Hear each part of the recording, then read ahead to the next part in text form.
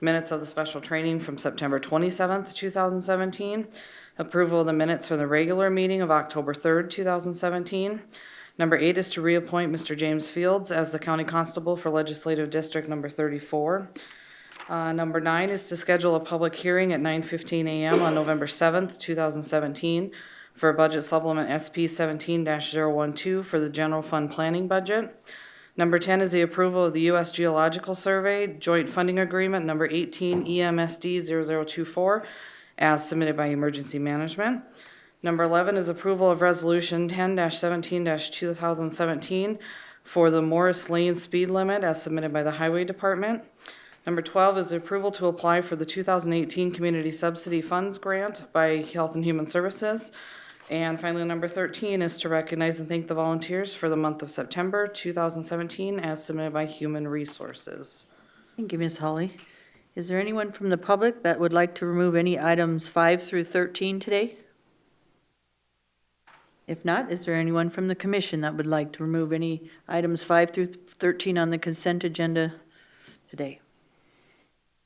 Madam Chair, number 10 and 12. 10 and 12 from Commissioner Fairby. Any others from the board? If not, can we have a motion for 5, 6, 7, 8, 9, 11, and 13? Move for approval. Second. Moved by LaCroix, second by DeSanto. Any discussion? All in favor say aye. Aye. All opposed? Motion carries. Number 10, Commissioner Farabee, approval of U.S. Geological Survey Joint Funding Agreement.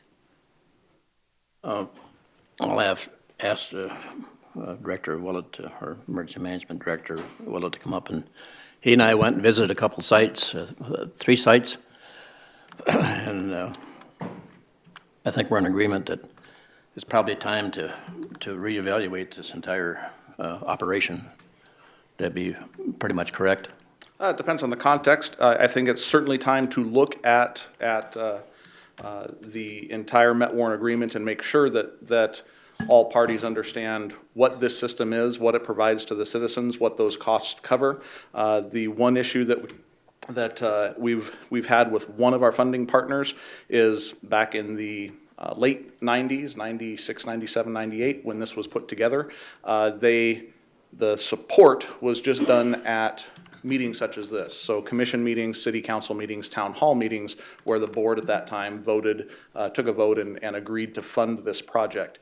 Doesn't appear as though they ever drafted some comprehensive agreement that everybody was a signatory to. And I think we're at a point now where the agreement probably needs to be modernized. We probably need to have an agreement that spells out what this system is, who our partners are, what their responsibilities are, what the cost breakdowns are, and get those signatures with our cost-sharing partners for Pennington County's portion of this agreement. The agreement that's before you is between Pennington County and the USGS, and I would certainly I would certainly ask that you approve that agreement for the year that's already started. The USGS operates on the federal year, so they started October 1st. This is a system that provides our flood warning, our flash flood warning to everyone that lives in those monitored drainages in Pennington County. So it's an essential piece it's an essential system to our public warning operation that we have. But Commissioner Farabee is correct. I think it's time that we look at the agreement. It really hasn't been looked at by sitting elected officials since the late 90s. So it's probably time to look at that agreement and make sure that it passes muster with where we're at today. And Madam Chair, might point out that the cost sharing here of Pennington County, Rapid City, and so on, there's 6 different participants, and those numbers probably should be rearranged in time. We're the pass-through, is that correct? We collect from the other 5 taxing entities. That's correct. And then we write the check to USGS. That's correct. We, Pennington County. So the $41,000 is not just out of, well, it's all out of Pennington County taxpayers, but out of the Pennington County pot, it's about 25% of that is our part of the bill, the county's part of the bill. Yeah, I believe this year it sits right at about $9,000. Okay. And There's 18 sites, and Justin and I went and looked at, I asked him to show me one of each, precipitation only, and what were the other two again? So there is a continual discharge site. We only have 2 of those. Those are discharge sites that run year-round. There are seasonal sites that run April to November, and that constitutes most of of the sites that we have in the Met-Warren system. Those provide stage, so they provide the height of the water, the surface of the water at a particular point, and through knowing what the geometry of that stream bed is right there, we also get flow. So we get height, flow, and precipitation from those gauges. There's also 3 precipitation-only gauges on some of the upper reaches. Willow Creek was the one we visited on Sunday. So some of the upper reaches, we have precipitation only. There's only 3 of those gauges. The rest are stage and precipitation, and then there's continuous discharge. And 18 gauges, and if you take the rough numbers, are the counties 41 or 42,000, USGS is 33. Add them together and divide by 18, that's about $4,000 per site to maintain, and I kind of question that number, but I guess I'd like to see us appoint somebody to reevaluate this entire operation. We can put that on the next agenda, George, if you like, but today is the approval of the resolution, or the approval of the U.S. Geological Funding Agreement.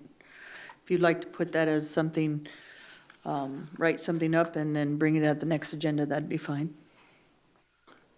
Some of that can come from my office as well. Some of our other partners have asked that we revisit this as well. So again, all of those people that cost share are probably willing to come to the table, which would include representatives from Pennington County, Rapid City, Box Elder, Keystone, Hill City, Rapid Valley Sanitary District. So. And maybe keep George or Commissioner Farabee in the loop, and then he can review that with you guys and move that agreement forward. Whatever the chair and the commission thinks is appropriate, you bet. Okay. I would move that we continue this item until next meeting. Is there a second? Is that to continue signing the funding agreement? Right. That's what he's asking. Is there a second? If not, Explain, George, for discussion. I'll second for discussion. okay. On this particular approval, what will help us by waiting until the next meeting?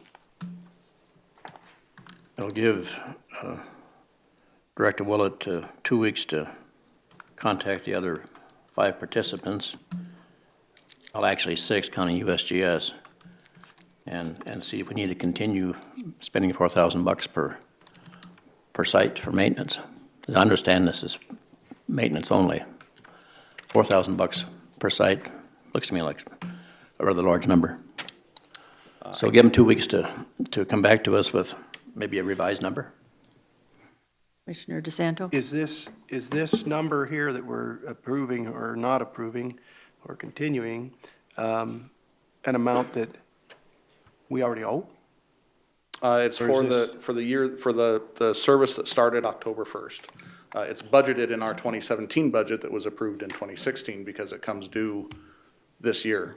So it's due this month. I would submit that revising those numbers in 2 weeks is probably not a realistic timeframe. Some of the key people at USGS that we need to talk to are currently in Puerto Rico, assisting the federal government operations there. So getting the right people to the table and actually revising this document and changing those numbers in 2 weeks, I'm not sure if that's a realistic timeframe. And Madam Chair, that short time frame gives you more impetus to get it done in a hurry. I don't think the right people are in town. Okay, so we have a substitute motion. Do we have any other discussion on that? Or is this the original motion, sorry? Substitute? I have a substitute motion to approve. I'll second that. Second. Second by Buschard. Okay, any discussion? All in favor, say aye. Aye. All opposed? Aye. So we have 1 no from Commissioner Farabee, 4 ayes. Motion approved. Thank you, Commissioner. Thank you, sir. Number 12 is approval to apply 2018 community subsidy grants from Health and Human Services, and that be Commissioner Farabee, sir. Do we have Barry Tice today? Commissioner Farabee has some questions for you, sir. I think everybody knows how I feel about government grants, and we're getting a grant from Rapid City. Correct. Well, we don't know if we're getting the name, grant sir? yet. We're applying. Tice, the Director of Pennington County Health and Human Services. Thank you. Community Development Department of the City of Rapid City. Who heads that department up? Barb Garcia.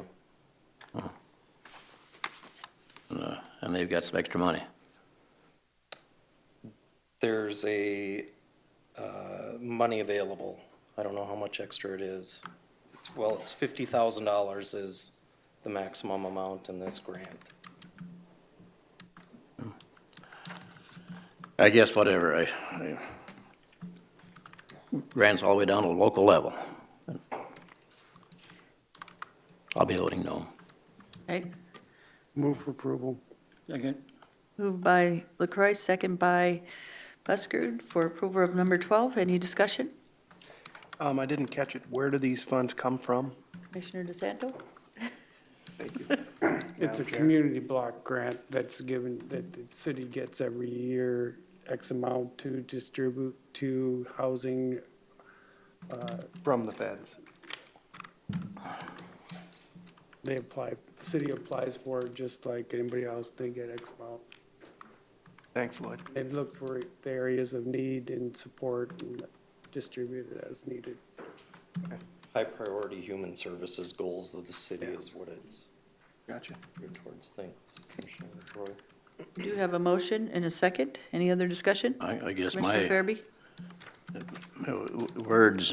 words mean things, and when you use the word grant, that just kind of sets me off. But if the city's going to give us some money, can't we use a different word than grant? I think it's subsidy. Well, or services rendered or something. We can look at other No, I- alternatives for the word grant. Madam Chair. Yes, sir. My only thought process is that a lot of these federal grants, this federal grant money, could possibly come from a private entity, that they're donating to a federal program to support, and many, especially when it comes to healthcare and that kind of thing, is coming from private endowment funds and that kind of stuff. It's not actually coming. I understand your concern, George, that it's just one more penny we're pulling from the pot of tax dollars, but in certain cases, from what I've read and looked at, a lot of these grants are funded by private entities, large corporations and that kind of stuff, and it's just funneled through the federal program. I know FEMA also gets a lot of grant money from, or private money that's poured into FEMA from private enterprise, so. Anything else, Commission? If not, all in favor say aye. Aye. All opposed? Aye. 4 ayes, 1 no from Commissioner Farabee. Next, thank you, Barry. That's the end of the consent calendar. Now we're on regular agenda items 14 through 17. Number 14 is items from the auditor.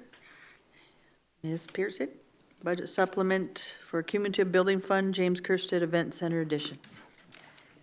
Julie Pearson, Pennington County Auditor. As the board is aware, the Central States Fair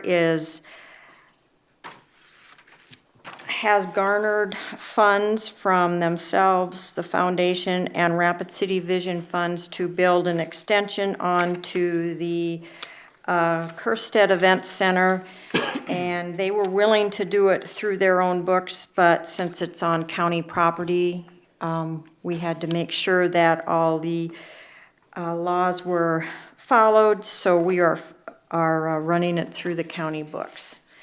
And when they made the presentation to the board, it was made very clear that there would be no dollars expended from Pennington other than flow-through money. But we are monitoring it just as if it was a county project, and we will own the building at the end.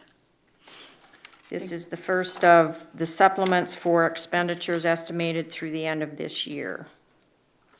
Thank you, Ms. Julie. Any questions? Madam Chairman, Commissioner Buschard. is that original center, Kerstead Center was funded by Bonds. bonds? And to add on to it, do we have to do something to amend those bonds, or, No, they're actually paid off this year or last year. okay. This year. But no, we have also checked with Betsy, and that was the biggest concern, is why they couldn't build the building. All the money is coming through us. But they did the work to go out and get the Rapid City Vision funds, and we've worked with the city on how we're going to get reimbursed through that. But I made him promise, no county money. I heard it. It's on record. Any other questions? Madam Chair, comment. Commissioner DeSanto? The Fair Board is working very diligently to become pretty much self-sufficient over the next 5 to 10 years. Part of this building that they're building out there is going to be able to allow them to bring additional larger national shows, horse shows, cattle shows, and that kind of thing that pay quite a lot of money for the use of of these facilities. So just so everybody knows, that's what they're working towards. So I would move for approval. Second. Been a motion and a second. Motion by DeSanto, second by LaCroy. Any other discussion? I have Commissioner, question. Ms. Julie? Mark, when you make that statement, the only thing Pennington County provides for the Central States Fair, now that the bonds have been paid off for the Kerstead Center, are utilities and some services by Buildings and Grounds on our buildings. Right. Yeah, I understand that. Yeah, okay. Okay. Thank you. Any other discussion? All in favor, say aye. Aye. All opposed? Motion carries. Thank you. Thank you, Ms. Julie. Number 15 is items from Buildings and Grounds, Sheriff's Office. Sheriff Tome, please.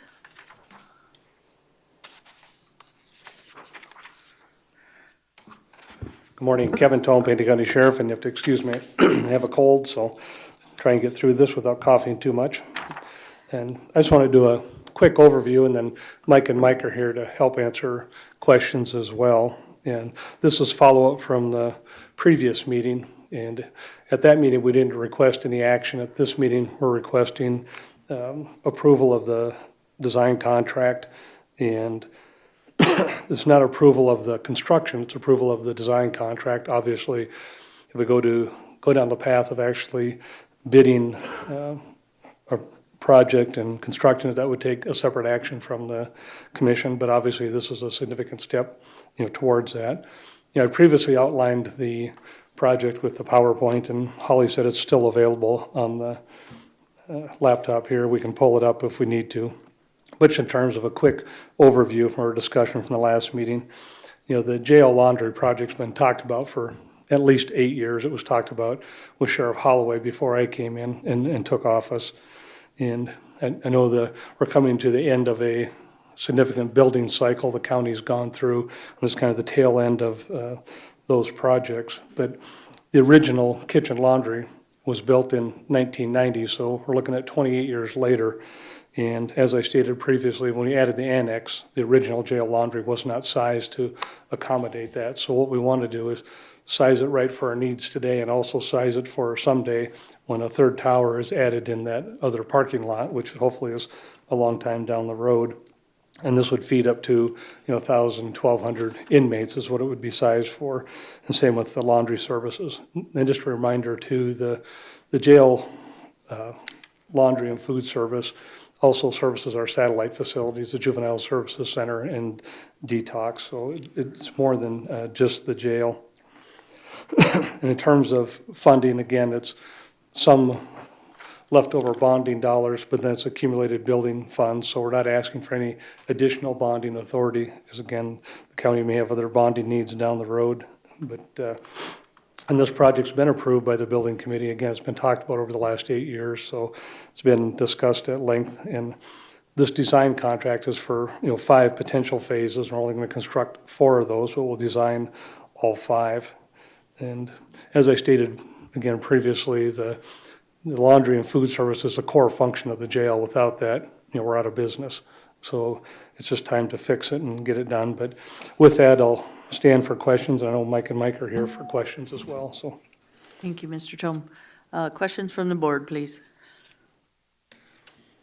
Madam Chair. Commissioner LaCroy.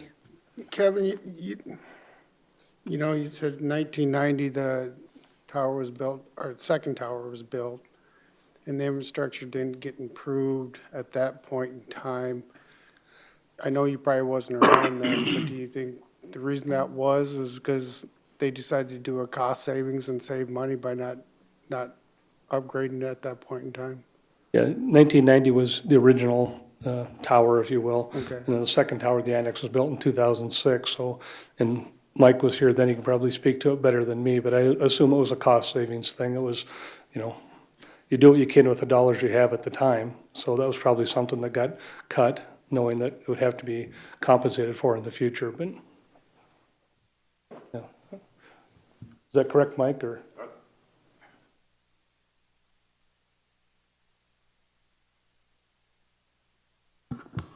Mike Peterson, Building and Grounds. That's very correct.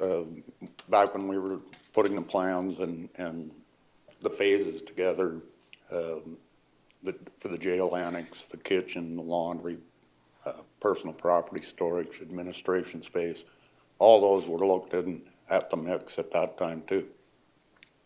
But with the money we had to work with, basically the cells and beds was the priority at that time, and the commission at that time understood that the lifetime that we're going to get out of the kitchen and laundry and those other facilities, it was only a matter of time. But that's the dollars we had to work with at that time. That was my point. Because I remember, I think a lot of times we forget sometimes where we come from. I mean, the jail actually had a mobile home as out in the parking lot for work release, if I remember at one time. And, Right. and we're working out of the jail, and I mean, it's just, I got a call from a constituent over the weekend, and he had a lot of concerns, but I think, Kevin, I think you addressed them with today and The work with him release, personally. the work release portion of the jail has moved to many different sites Yeah. over the years to just fit in with the budgets we've got to work with. Thank Okay, you. thanks, that's all I had. Commissioner DeSanto, I think you had something you needed to say. Sheriff Tome, I'm concerned and wondering is part of the reason that we're having to do this expansion, does it have to do with all the federal inmates that we're bringing in? If we weren't bringing in the federal inmates, would we still be doing this expansion? When the federal inmates currently are accounting for about a third of our population. Right. And so obviously that, puts pressure on our bed space and everything else, but it also generates revenue for us and offsets the cost for Pennington County taxpayers. I've done this exercise where both at the JSC and at the jail, I said, let's just get out of the business of housing for other people. And the impact to Pennington County is very significant. So I'd be back here next year asking for several $1 million in operating costs if we make a decision to get out of the business of housing federal inmates. So I think it's a mistake. And the other thing I think that gets lost sometimes is that's a service to our community. Federal court is here, and if we didn't house them, the federal court would basically be out of business. I don't know what they would do, where they would house 191 inmates that we currently have today. So that's a service that we provide to our communities to support, the federal court system here. I've got nothing against making money. I think that there's so few revenue sources for the county that we should take advantage of every revenue source that we can find. But I guess what I wonder is, if we're spending $4.6 million and then possibly later on another $5.5 million, does that justify if we weren't spending that money, that's putting money back in the budget as well, if we weren't spending that money. And therefore, I guess what I'm asking is do we make enough money off of these federal prisoners net. If you take all things considered, that we're having to build new facilities to the tune of $4.6 million, are we still making money at $80 a prisoner, or are we biting off big chunks and kind of having to chip away at that over the next 20 years? Sheriff Tome. Madam Chair, if I may. Well, again, two parts to that. One, yes, we do make money on it, and two, it offsets our costs of running the jail and the juvenile center. So it's saving us several $1 million a year in operating costs. So yes, I mean, we're plussing up money, but we're also saving money in operating costs. So there's a net gain on both sides. The other thing is, we need a new jail laundry regardless of whether we have federal inmates or Okay, not. that was one of my main questions. Because and I think Mike can speak to it better than I can, but its shelf life is gone after 28 years, and there's structural problems with the drains and everything else. And again, Mike can speak to that better than I can, because he's wrestled with it for the last 8-10 years. So either way, it needs to be done. But in approving this, we're approving more than just the kitchen and laundry. Correct, it's the admin space for the jail. And again, the admin space, and I talked about this, 2 weeks ago, the admin space was sized for, the original tower. And again, like Mike talked, the jail laundry and the admin space, fell short when they added the annex because there wasn't enough money. So, well, now it's time to pay the piper because we're just out of space. Thank you. And Kevin, we do have 5 phases to this with the secured covered parking, the first floor main jail addition, build out ground floor jail annex, first floor remodel, and ground floor main jail remodel. So there's 5 different phases with different amounts on these as well. So it's not just for, and I think someone had, I know someone had called me and thought it was just for the kitchen and laundry, but it's for other services in that jail area as well, so. If I may, one other point. Yes, sir. State Attorney reminded me too that, the ability to house the federal inmates also gives us the ability, we send a lot of cases to the federal government.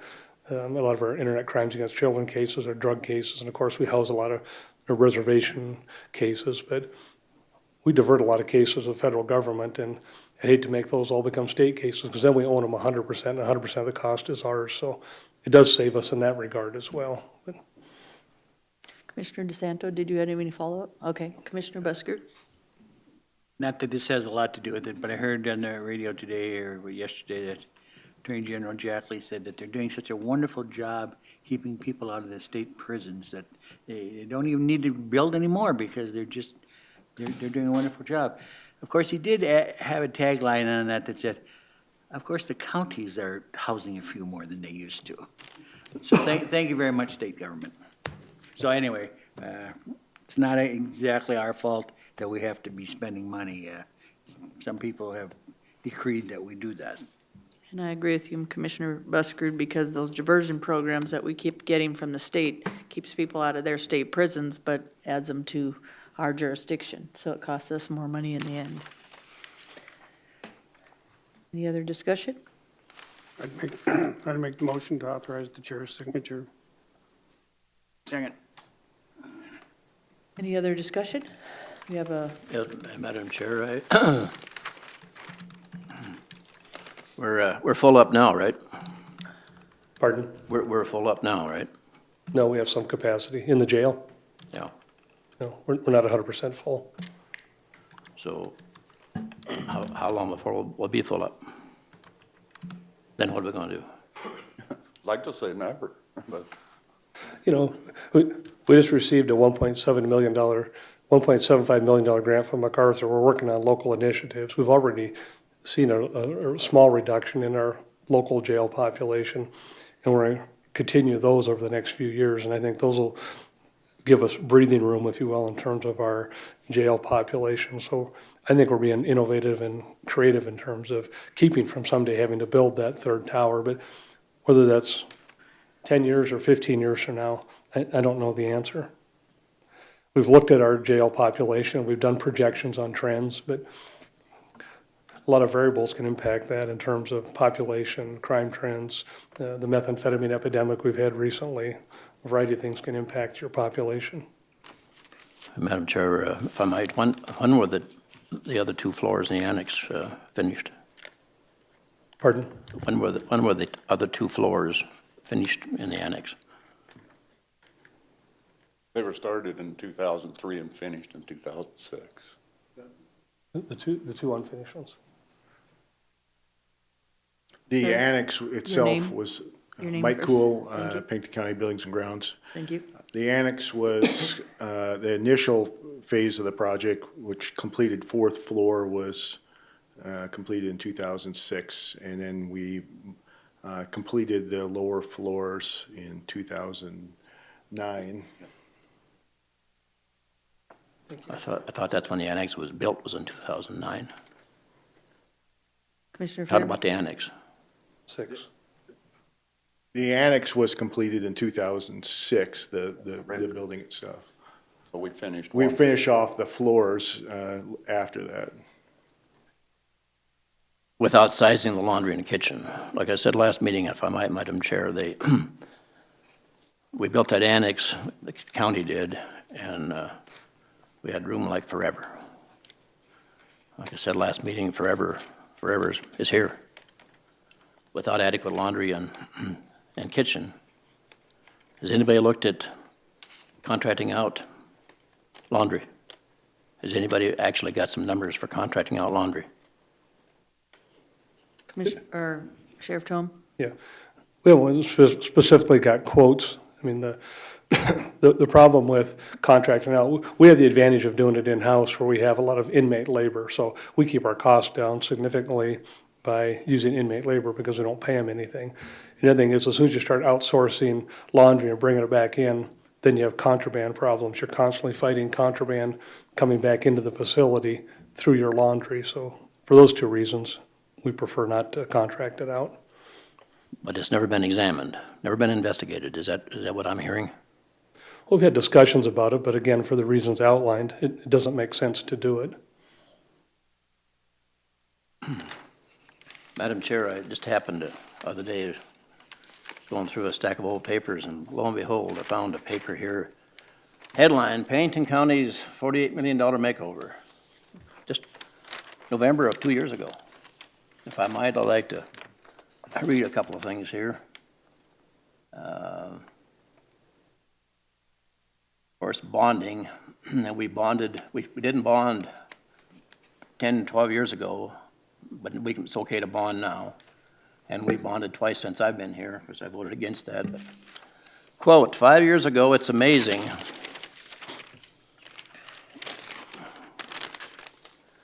how time flies. This very building we're standing in and construction on this block was thought just a dream. I won't mention the person's name. The dream that this person referenced is becoming more like a nightmare. Let me repeat that. The dream that this person referenced is becoming more like a nightmare, but to County Commissioner Ron Buskerud, who thinks the spending has become excessive. Then they went ahead and quoted Ron, Commissioner Buskerud. Quote, everybody wants new buildings, and I'm not saying we don't need them, unquote, Buskerud said. Quote, but we've got to slow it down. Commissioner Nancy Troutman said the work should continue as planned because making the county employees more efficient, improving service to the public, and providing needed space for growing programs. George, Quote does this- unquote, Commissioner- excuse me, I have the floor, I excuse know- me. Sir, We've cleared you up so need many to- problems, unquote. Commissioner Fairby, is this on the jail and kitchen remodel? Is this on what we're Abs- talking about today? It's right on track. Let's stop and analyze where the hell we're going. Are we going to be federal innkeepers? Is the job, the policy, and it's the policy set by this board, are we going to be federal innkeepers? And that's what it boils down to, and we need to decide that, not you, the sheriff. Well, if I might, Or, throw out the federal prisoners completely. What this is all about is core functions of that jail. Even your local inmates, your local prisoners, if your kitchen and laundry is not functioning, like Kevin said earlier, the jail's out of business. Forget the federal prisoners for a minute. Yeah, they bring in money. Yeah, we have to keep beds for them under those deal, but we're talking just the jail, just as it functions, to keep it functioning, so you can say you have a jail in Pennington County. We have to move forward on this. So Commissioner Farabee, can you explain to me what you mean by federal innkeepers? Are you saying that we have too many federal prisoners? We shouldn't take them? If I may respond, with all due respect, I've heard a number of times our sheriff, Pennington County Sheriff, speak about bringing in people, prisoners, inmates, whatever you want to call them, from neighboring states. From neighboring states. That sounds to me like we're innkeepers. And you talk about, do those people that you've talked about coming down from North Dakota, do they go back up there for court, or do they go over here for court? Madam Chair, if I may. It's time for us to take a look and see where the future, what the future should look like for Pennington County. Madam Chair, if I may. Sheriff Tolan, please. We don't have any out-of-state inmates currently. We did briefly for a period of time when North Dakota was in a crunch. In particular, during the DAPL protests, their jails were full and asked for some relief, and we provided that relief. We currently don't have any North Dakota inmates. And I guess I'll carry it a step further. If Commissioner Farabee would advocate, we don't house for our partner counties around us as well, because we house for Custer County, Fall River County, Jackson County. So do you want us to get out of that business as well? And I guess if Commissioner Farabee wants to run the jail, he should run for sheriff. So. Anything else? Any other discussion? Once again, Madam Chair, I think it's long overdue for Pennington County to decide what our policy is going to be for housing prisoners, Madam inmates. Chair. Commissioner DeSanto. Sheriff Tome, do we have policy written as far as what the county has decided is a maximum number of federal prisoners that we'll take in? Do we have any kind of policy written at all that has some oversight on this? Well, I mean, as sheriff, I oversee the jail, and we dictate how many outside prisoners we'll take or we won't take. So we're not mandated to take the number we have today. If we get full of local inmates, so to speak, I can tell the feds they need to take 20 or 30 or whatever somewhere else. I can tell Jackson County, Custer County, Fall River County, there's no room in the inn, take them somewhere else. So we have that ability. So we don't have a contract that says we've got to take X number of federal prisoners if we. We have a contract. It doesn't specify a minimum number or maximum number. Or maximum number. Yeah. Okay. I guess I don't get why we're on a federal prisoner thing. I mean, here's where I'm saying that, because he's the sheriff. He runs the county in the sheriff department, where he oversees our jails and our JSC and our detox and everything else. Are we saying that we don't want any federal people, and we're telling our sheriff today that, we don't need to have compacts, we don't need to have federal prisoners, or we're wanting to limit it? Where are we going with this, with a jail remodel? I'll explain. Thank you. My thought process anyhow, is that if indeed we are housing federal prisoners and those federal prisoners, that number of federal prisoners is causing us to have to continually expand our jail operation, which costs great deals of money, as you can see, $4.6 million, even though I'm about ready to make a substitute motion, but what the concern is that are we cutting off our nose to spite our face? Are we housing these federal prisoners and eventually going to have to spend so dang much money that we're not going to be making any money because we're housing all these federal prisoners? Are we going to have to make huge expenditures for expansion, rebond, and to pay for that expansion, and then over the years pay it back 20 years, 25 years through this profit that we're making from the federal prisoners?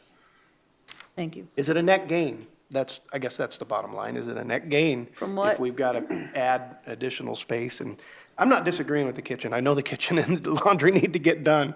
But I worry about how far does our expansion go? Do we, The best part about this is sometimes when we're coming up and we have these questions up here, that's pretty awesome, that we have questions. But you also have to meet with the sheriff ahead of time on your concerns, because I think he could have answered some of these questions on the federal inmates, just because I went with Holloway and Kevin Tome into the jails, and they've explained what the federal inmates and what they do for the county and how much Understand money that. it brings in.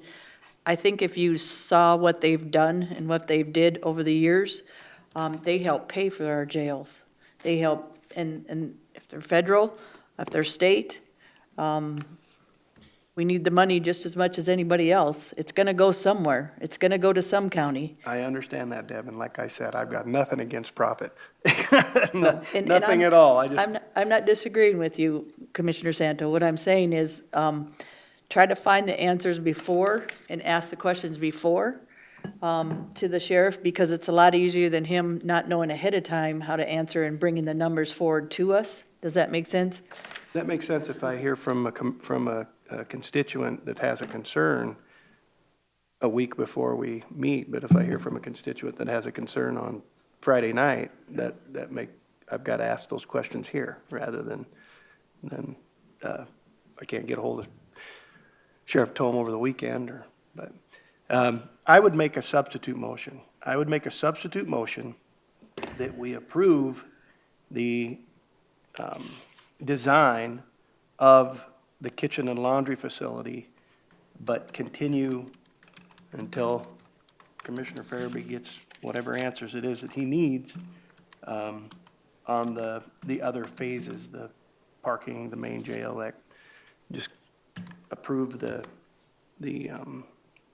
laundry and kitchen facilities. I guess before you do that motion, I guess it has to be specific to the motion of what are his needs? I mean, what is he asking? So, do you see what I'm saying? So what I are, think well, let George explain what he's asking, because okay, so, apparently he's not ready to make a decision, and I'd like to see the whole board make a good decision. okay. Madam Chair, if I may, this is a series of dominoes, if you will. I mean, we can't do the laundry kitchen under the annex until we do the parking. The parking has to happen first, so we can vacate that area underneath the annex, and then we can do the laundry kitchen under there. So it's a sequence here that's why we brought it forward the way we did, and now trying to extract one or two pieces out. I don't know that it's doable. We'd have to go back to the drawing board and start over. Okay. So specify your motion a little bit better if you could, Commissioner DeSanto, with the needs that you guys are talking about. There is a concern, apparently, that we are housing federal prisoners, and that is causing additional expansion needs. And how far is that going to go through the future? And whether or not that $80 a day, is that what we charge, is going to generate enough revenue to pay for future expansions if we so need them because of the additional prisoners that we're taking on. So just a suggestion on your motion, you probably want to continue this for 2 weeks if that's what you're saying, and then find the answers that you want. So it's just a continuance of, and then so you guys can ask the sheriff more questions. Then strike my substitute motion. So, Madam Chair, if I may, I mean, to your point, I mean, the cost of construction of a jail over a 20-year lifespan is only about 10% of the cost. About 90% of the cost is operating the jail over that 20-year lifespan. Right. Same in this scenario. So the real cost is operating the facility. Where we save money is in operating the facility. And if you want to talk about, is it paying for itself or not? If you would have taken the money, excess revenue we generated the last 5 years, and put it in the bank, we'd have the money to pay for this. So it does pay for itself, but you've taken that money and done other things with it. So I think it does pay for itself, both in terms of construction, and it clearly offsets the cost for operating for Pennington County and saves Pennington County taxpayers dollars. And if you want me to go back and do an exercise of what it would cost, and I've said this before, the staff and I don't have to work as hard as we do generating the extra revenue for the county. If you want me to go put a $3 million hole in your budget next year, I'll be glad to shed all that extra responsibility and lay that in your lap, and you can figure out how to fix it. Sheriff So- Tom, I'm not, No, what I'm saying is, we take on a lot of extra responsibility. And again, federal court is here in Rapid City. Many of these are citizens from our community, so it's a service to the federal system like it is to our state system. And I think State Attorney Vargo has a good point. If you want to jettison the federal partnership, then make them all, as many of them as you can, state inmates from the federal perspective, then we bear that cost with no reimbursement. And the $80 a day, the Marshal Service, before I was here, has twice given Pennington County lump sum money towards construction to help offset costs for construction. They currently don't have that program where they do that anymore, so we build it into our daily fee, and that covers 100% of everything. It's a very, very complicated formula that they give us, and we plug in all of our numbers to include indirect costs from like the auditor's office, everybody else. So I feel like we are capturing 100% of our costs, and it does offset. And I'd be glad to sit down and spend some time going through that with you or anybody else that's interested and explain it, because I think it makes sense. Madam Chair, Commissioner DeSanto. I appreciate that offer, and I will take you up on that. And that's basically all I'm asking. I want to see that we're taking all factors into consideration, including, like I said, the cost of additional expansion and so forth and so on. I guess that's the question I was asking for. So I will strike my substitute motion. Okay, And is we there, can move forward with is there, and is motion. there another motion? Is there any other discussion? I move that we continue this for at least till next meeting. Okay, there's a motion to continue. Is there a second? I'll second that. Second by Commissioner DeSanto. Any discussion? Madam Chair, there's a lot of, Hold on, Go ahead. Commissioner LaCroy, please. You know, I'm not in favor of the substitute motion to continue. I think, you know, they gave us time 2 weeks ago when they gave us a presentation to kind of look at it. And I got the same phone call from Bill Freitag that probably every one of these commissioners have about his concerns on it. And I told him the same thing as most of you guys, is I didn't have the paperwork in front of me to give him an accurate number of some of the questions he had. But Kevin Tome, from my understanding, you contacted him. And somehow we got sidetracked on talking about the federal inmates and going to the costs and so forth, which is good discussion, but really where we're at today is where we're at, is with the kitchen expansion, having to update to keep where we're at, and those were in the plans. So I'm not in favor of the motion continuing, because I think Commissioner's got some good questions, but I think they can do that off to the side and get those questions to everybody's deal. But I think, as they said, these are steps that each step needs to be taken to go forward. And I think if a person sits back and goes through the numbers with the sheriff's department with, you know, that's a running number with these inmates. It's not always consistent. It's an offset. It helps pay. And I think just a person needs to take some time to go through that. But I'm not in support of continuing this for the simple fact that you guys did bring it to us 2 weeks ago to kind of digest and go through and then bring it back forward, so. Any other, Madam Chair, there's a lot of unanswered questions, and the number one question for me is, is $80 a day enough? And how long has it been $80? When's the last time the rate changed? Sheriff Tillman? Madam Chair, if I may, I'll go back and look. I think we just changed it about a year, 18 months ago. It's fairly recent. So back when we first started, what was the rate? I don't have that with me. It's not a matter of trust, it's a matter of, I would like to have somebody independently look at the numbers.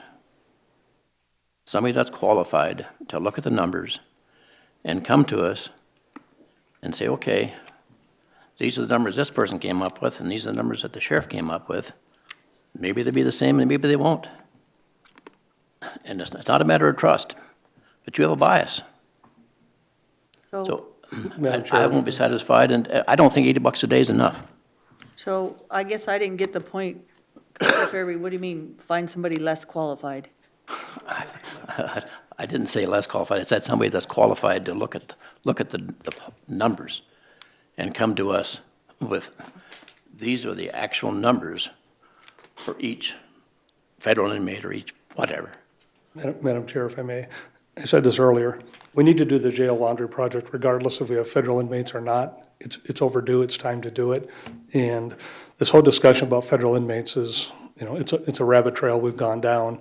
I'll be glad to come back and revisit that with the commission at some point and just provide some numbers and some documentation, talk about it. Commissioner Fairby will never be satisfied with this 2 weeks, 2 months, 2 years from now in terms of, this project. He'll always have an excuse for why he doesn't want to support it and continue it. So I would ask you to approve it today. Okay, any other discussion? As Madam Chair, and unfortunately, Chair, you're out of line out of order for saying things like that. You look at the big picture, we're going to be crowded up here one of these days.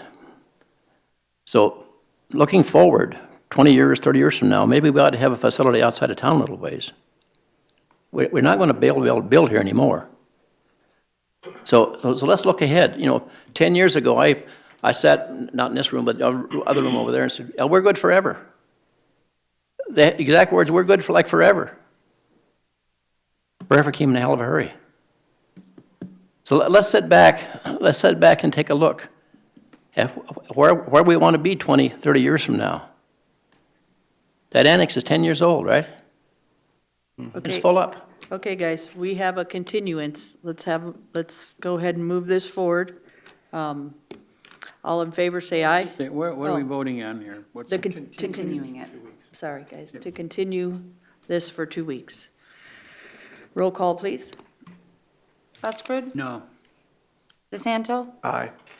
Farabee, Yes. LaCroy, No, Hadcock. No. Back to the original motion. Roll call, please. Buskerud, Yes. DeSanto, Yes. Farabee, No. LaCroy, aye. and Hadcock. Aye. Motion carries. Thank you.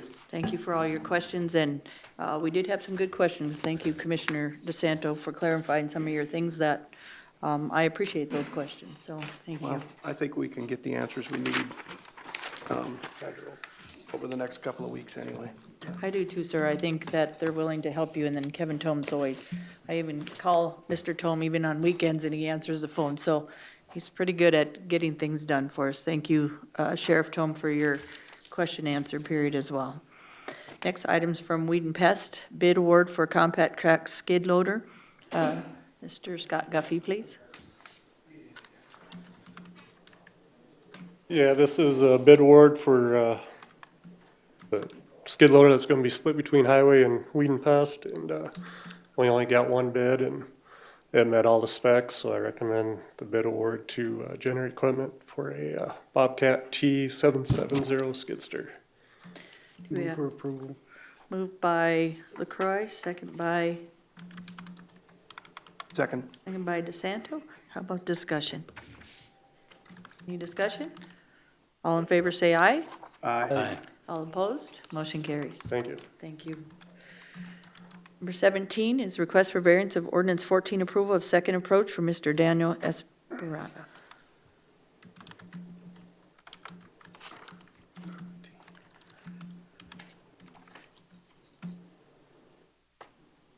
Commissioners, this morning, right away at 8 o'clock, I received a phone call from the applicant. He had a family emergency that he was not able to leave to attend your commission meeting today.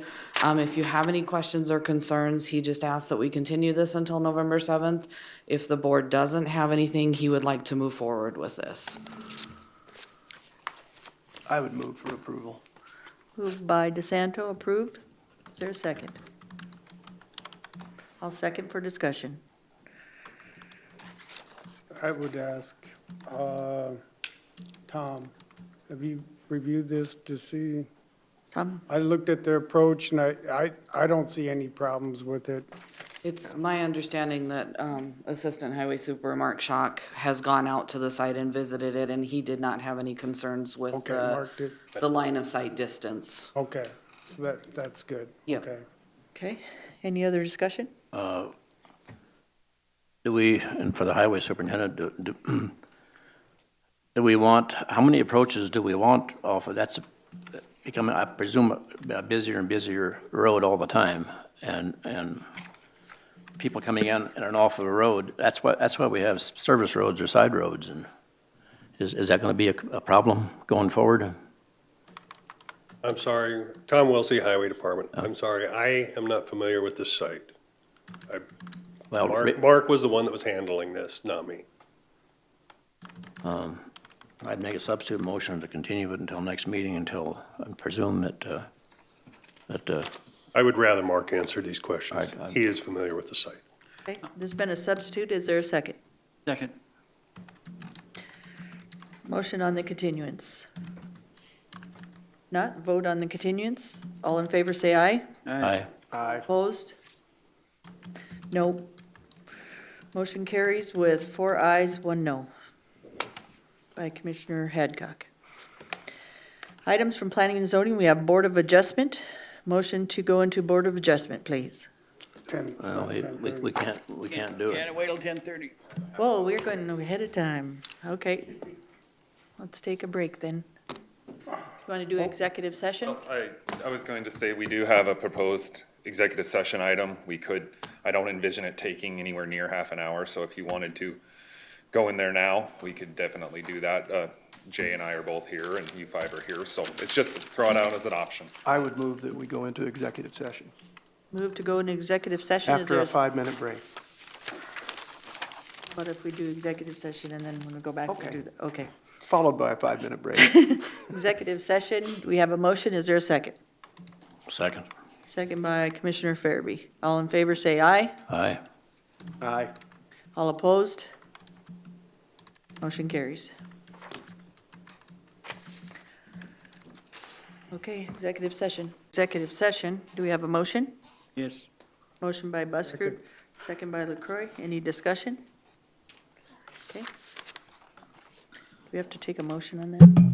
All in favor, say aye. Aye. All opposed? Motion carries. Ms. Cassie, Board of Adjustment, please, ma'am. do we have a motion to go into Board of Adjustment? Moved. Second. Moved by Busker, second by LaCroy. All in favor, say aye. Aye. All opposed? Motion carries. Number A, variance Anderson 4 LLC, Dennis Anderson, Richard Huffman, agent. Yes, this is variance 1717. This is a request to reduce the side yard setback from 25 feet to 22 feet on the east property line to bring an existing fireplace into compliance on the subject property. And the agent, Mr. Richard Huffman, has asked that this item be continued to the November 7th Board of Commissioners meeting. So move. A motion by LaCroy. Is Sorry. She had discussion. there a second? Second. Second by Commissioner Farabee. Any discussion?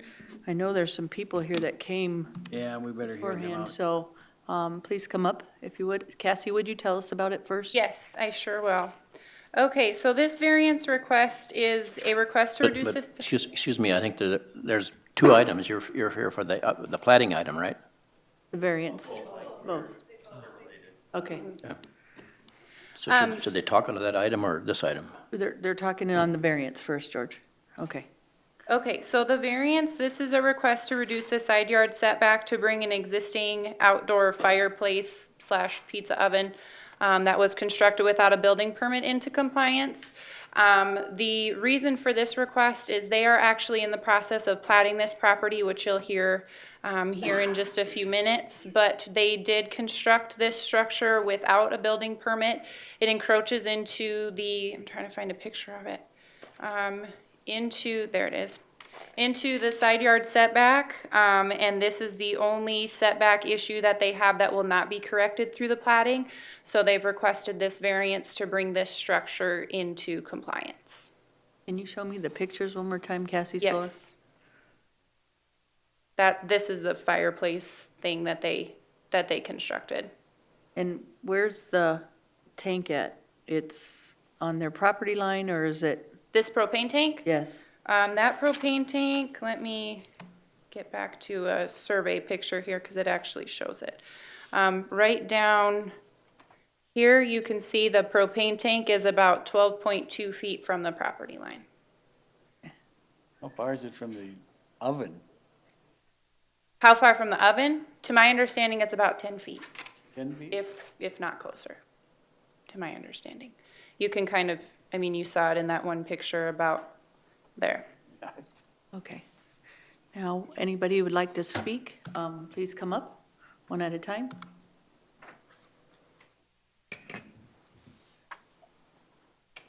Your name, sir? My name is Brian Blum. I live in the house directly east next door to Mr. Anderson on the side of where the propane tank and the pizza oven are. I do have some additional pictures if I could.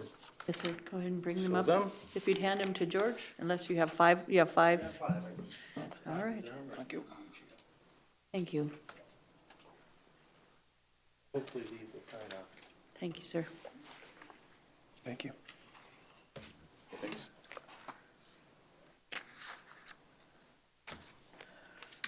So the first picture kind of shows just an overall aerial view of our houses. As you can see, our houses are pretty much right next to each other. The second picture on the second page is a shot down the property line to show just kind of how close the pizza oven and the fireplaces are right to the pizza oven. The propane tank is right there, I would say about 8 feet or so from the property line and about 10 feet back from the pizza oven.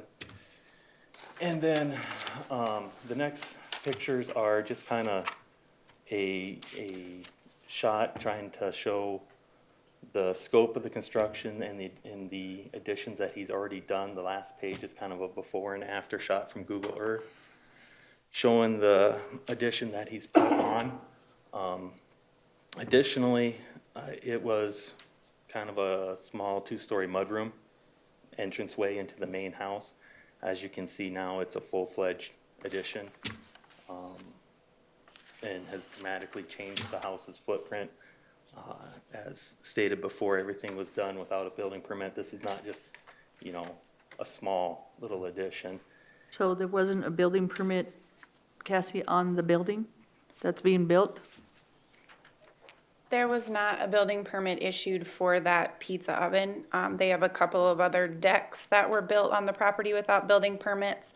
But for this pizza oven, the reason it encroaches into the setback is they did not get a building permit for it. How about the building that's in the picture? Did they get a building permit for that? I haven't seen his pictures, so I'm not sure what. This building here?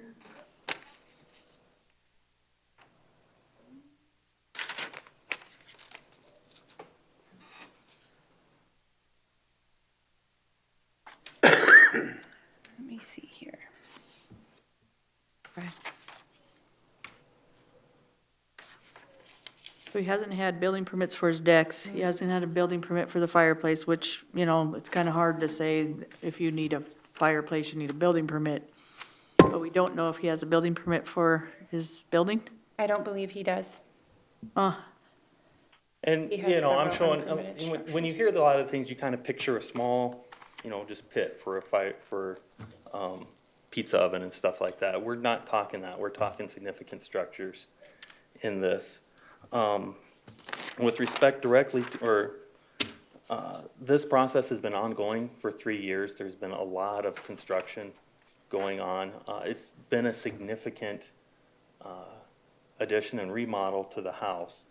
And Mr. Anderson lives out of state, and the construction workers know that. So a lot of them have been taking one of two tacks. Either they've seen a chance to rack up a bunch of hours during the day, or they've seen a chance to add this project on in addition to their other projects for people who are in town and stuff and working on it on the weekends, on the holidays, any chance that they would rather be out, get paid rather than being home, not getting paid. The net effect to us as neighbors and stuff has been a lot of near constant construction, sun up, sun down, 7 days a week. So Brian- Yes, they've taken Christmas off and stuff, but it's been Let me a ask you a long- question, Brian.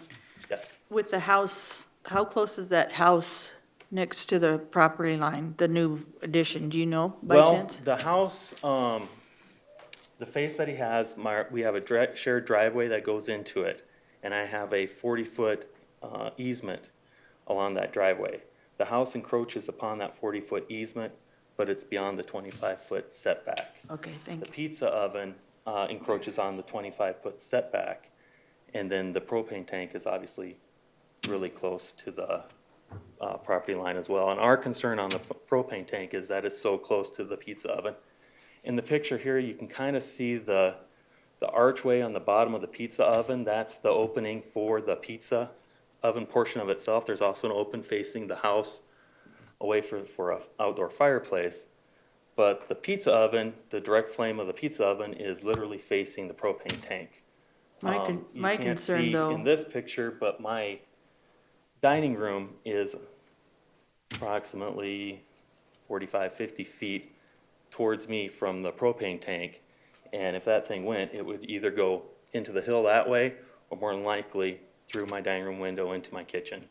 But also my concern is if, when he was building this building, if he got a permit, he would probably figure out that some of this wasn't in compliant and been able to move it by then, because this house is not just didn't do it this week or Correct. the last couple It's- weeks. This has been a 3-year, And no one ever looked to see if he had a building permit in the neighborhood? not until recently. We assumed something this large would. Okay.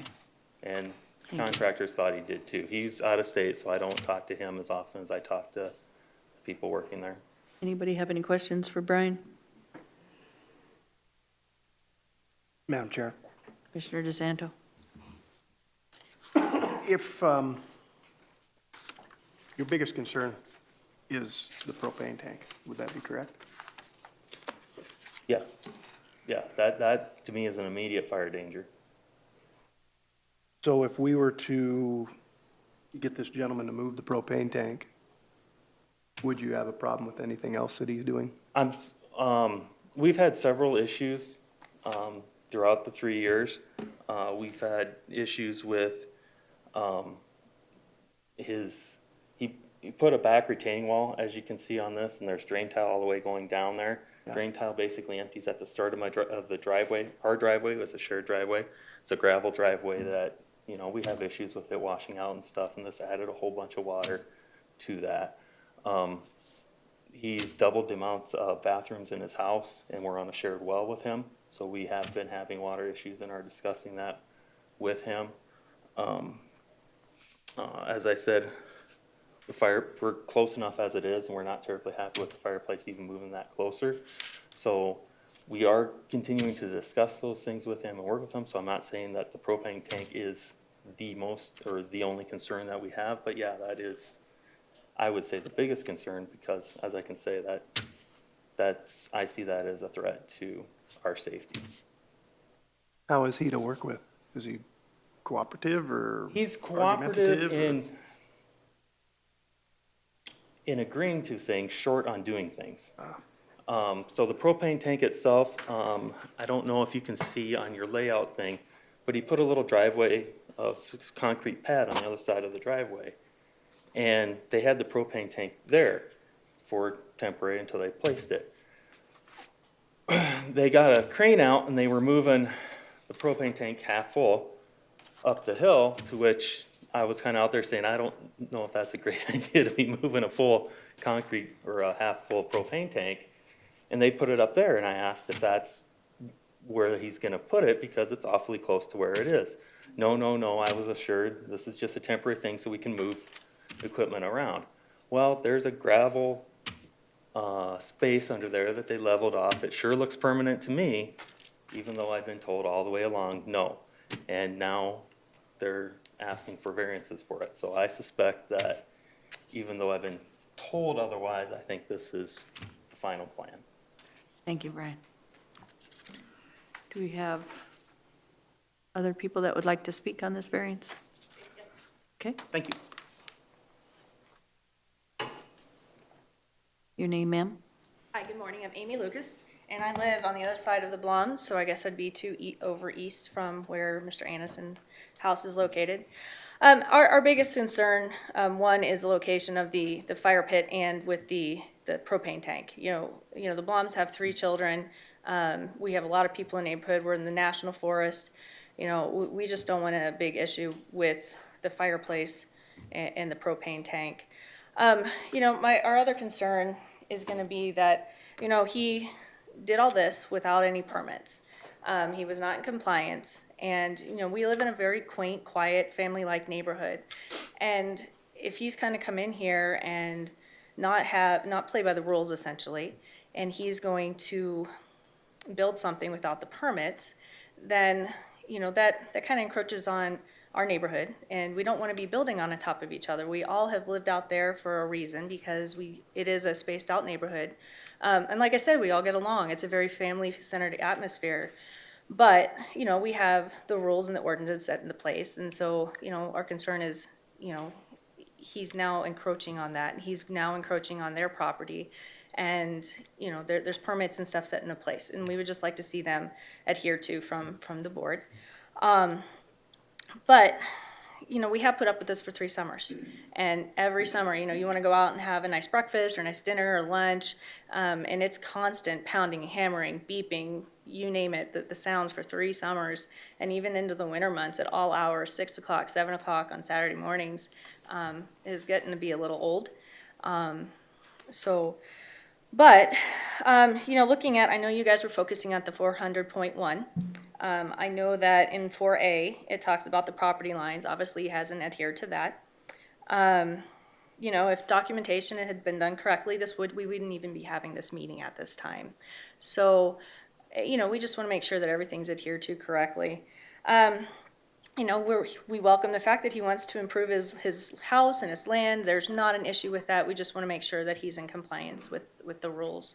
You know, like I said, to my knowledge, you know, you have to propose, and this is according to 4H on 400.1, proposed improvements to be installed and constructed. Obviously, as we heard, that Cassidy said that was not done. So, you know, if there's no permits filed, you know, that's a big concern. It's just we want to make sure that, you know, we have this neighborhood set up and constructed in the way that we can enjoy it, and we want to be able to enjoy it. So, okay, any questions? Any questions for Miss Amy? No.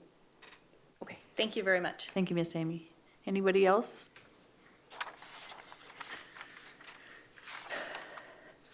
My name is Sherry Denke, and we live across the street from this monstrosity. I go along with everything that these people have already said, and I have another concern. My husband was a plumber all throughout his life, and so we were the ones that put in the original bathroom in that house. Now there's been several more added, and the septic system wasn't built big enough to hold that much more effluent.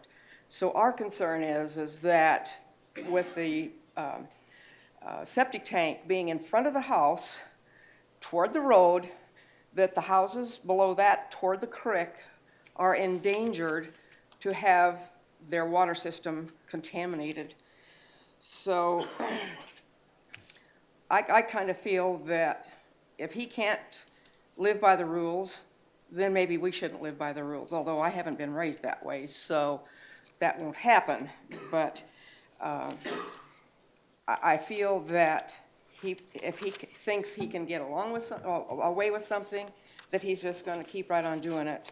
And I really feel that that's not fair to those of us who live there, so. Thank you. Any questions? No. Okay. Got one more. My name is Barbara Felderman. I'm also a neighbor. This is a quaint area. We don't have sidewalks. It's a very narrow road, and a lot of people are active walking. And as they were reiterating, this is 3 years, back in trucks and cement and loads of whatever. And it's dangerous just to walk or try to get by it. And it seems like there's an entitlement here. If you've got enough money, who the hell needs a building permit? Let's just go do this thing. If we get slapped with a little fine, then we'll pay it. If it had been looked at, this stuff should have been on the other side. He owns all that area over there, and that's the right thing to do. And like Sherry pointed out, we out there, I know everybody on the road, we do the right thing. And this is not right. The well is shared, and there are times when the neighbors have no water. They have 3 dishwashers, huge number of bathrooms and the big jacuzzi hot tub things. That's not right in itself. It should have been approved, but nothing was improved. But yet, you're saying that the neighbors are at fault because we didn't check to see if there was a building permit? Surely they're county, I've seen county people going down that road. They should have seen it. You've got aerials. I know that you do that for tax purposes. Over the years, I've heard of people, doing little additions to their garages. Well, they were, summoned with, a payment. So it should have been caught by the county first. He should have done it right. It's not being handled right. There should be no variance here. Those houses are too close. The driveway is shared. That's crazy. That's my feelings. Thank you. Thank you, ma'am.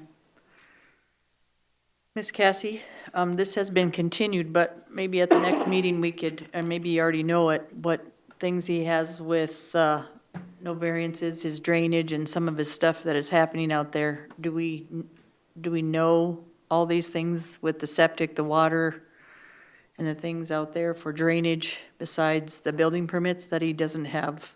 Some of these things I'm hearing for the first time today. I know Mike our ordinance enforcement officer, has talked with these people several times.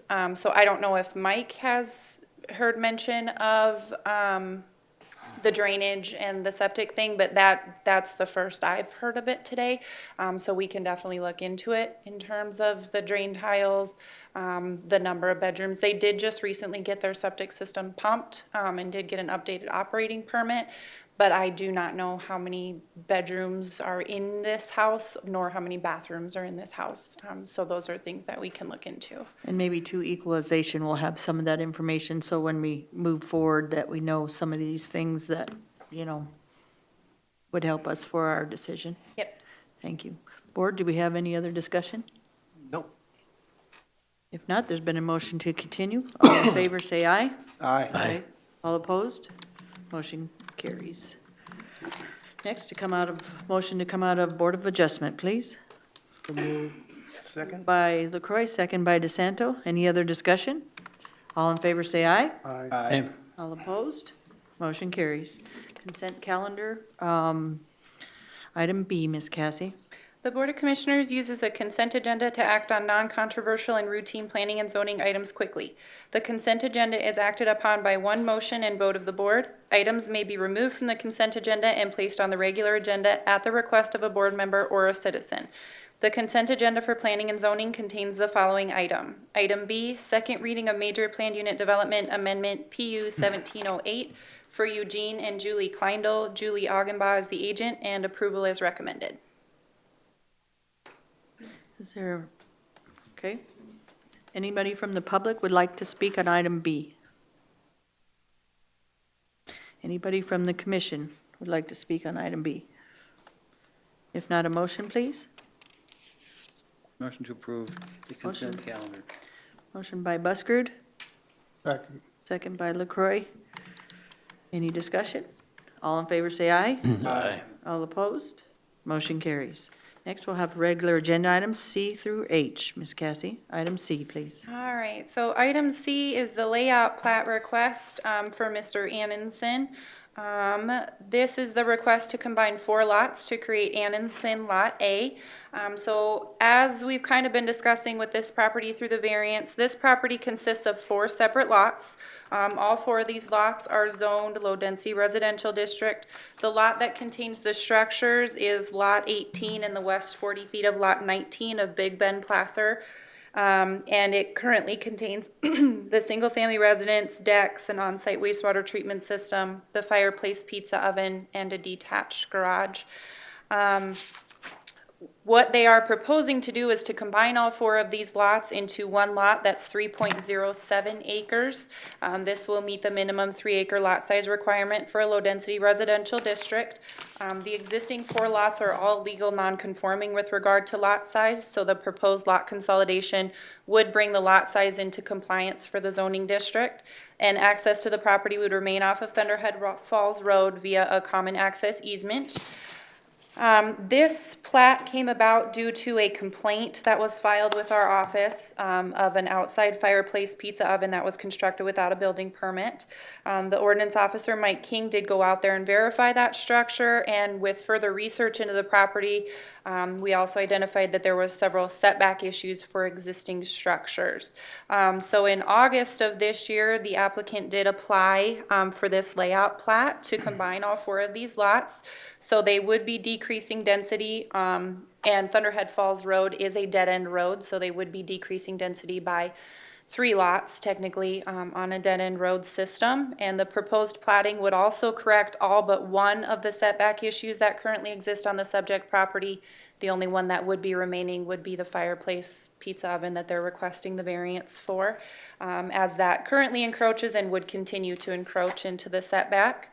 I have received 2 letters in opposition to the proposed platting from neighboring property owners. I did also receive another letter this morning that I can pass out to you guys. The Planning Commission and staff did recommend approval of layout plat 1730 with 14 conditions. Discussion, board? If not, do we have the public that'd like to speak on this item, item C? Yes, Madam sir. Chair, can I pass these out? Yes, ma'am. Thank you, Ms. Cassie.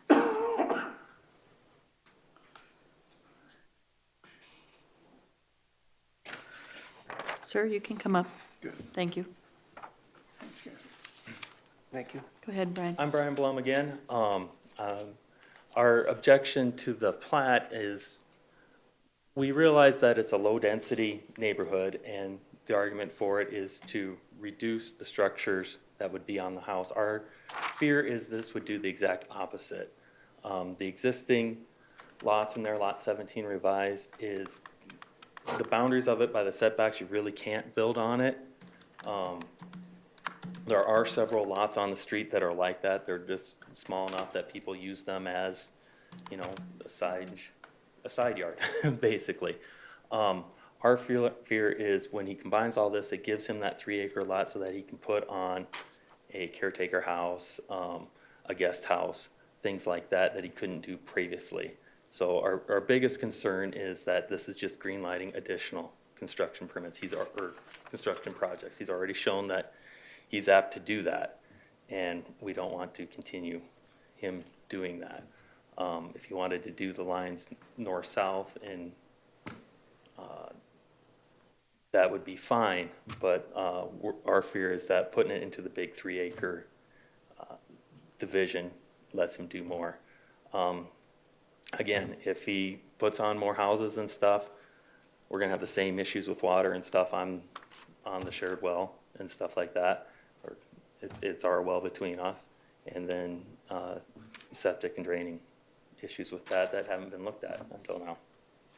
Thank you, sir. Any questions for Brian? Madam Chair, if I might, how many folks are on that well? Just our 2 houses. Okay. So my family and then his house. Thank you. Any other questions? If not, is the applicant here today? Or is he continuing this one? I don't see him today. He didn't request that this one be continued, but I don't see him here today. I want to make a motion to continue this. Okay. Second. And a motion to continue from Buskard, second by DeSanto. Any other discussion? Oh, the only thing is, we're going to be talking about it next time anyway, and depending on what we decide to do there, it might affect this, I don't know for sure, but no sense getting too excited about it. Thank you. Commissioner Buskard. Madam Chair, before we go too far, I don't get 3.07 acres or whatever it is. I get 2.99 acres. Am I adding wrong? The 4 lots are 2.03 and 0.59 and 0.34 and 0.03. And I get 2.99. I think advertised 3 point something. 3.07. We can make sure that's right on the plat next time, Ms. Cassie. Yep. Make sure we have that updated, then some of those questions. Yep. Maybe the applicant, you could get a hold of him and some of the questions that were asked today, or he can watch this and see what the questions are coming up forward on him on some of his property, so.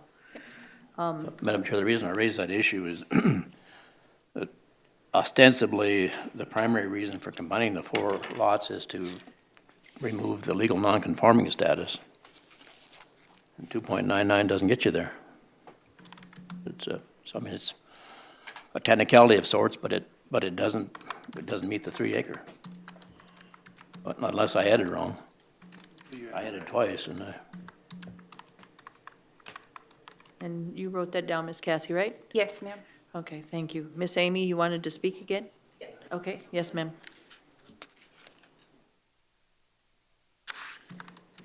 Thank you for giving me just another minute or so of your time. I just wanted to say that I was looking through the agenda that was online, and I went through the 14 different points that you said, or that the previous administration had said that he needs to adhere to. So the first one, it states, in the first requirement says, and I'm quoting, that prior to new plat submittal, the applicant obtain an approved setback variance for the existing fireplace/pizza oven, unquote. So with that said, my understanding is that this cannot go forward until the variance gets either accepted or denied. Am I correct? Yes, ma'am. Okay, so I just wanted to make that clear that we are understanding that this cannot happen until that we get that fixed. So I just wanted to just let you guys know that we were aware of that as well. Right. Okay. PJ, do you have something to say? Just a point of clarification, because you had mentioned that this go forward. What do you mean by this? The layout plat could still go forward, a new submittal after that could not. I just wanted to make sure you were clear on. Okay, well, like I said, I'm just reading the points and I'm just going by the quotes and Yeah. how my interpretation of it. And like I said, and I've got it quoted right here. Yep, I got it right here. So, Yeah. okay. Yeah. So basically, my understanding was that the plat could not go forward until the variance was taken care of. If that's my misunderstanding, I apologize. No, you're right. But- We just wanted to make sure you understood. Okay. Yeah, the layout plat could be approved. Okay. But that's just a preliminary thing. It couldn't go to the next step without the variance. Okay. Okay, just Okay, wanted to make sounds sure. good. Thank you very much. Thank you, Miss Amy. Madam Chair, Commissioner DeSanto. PJ.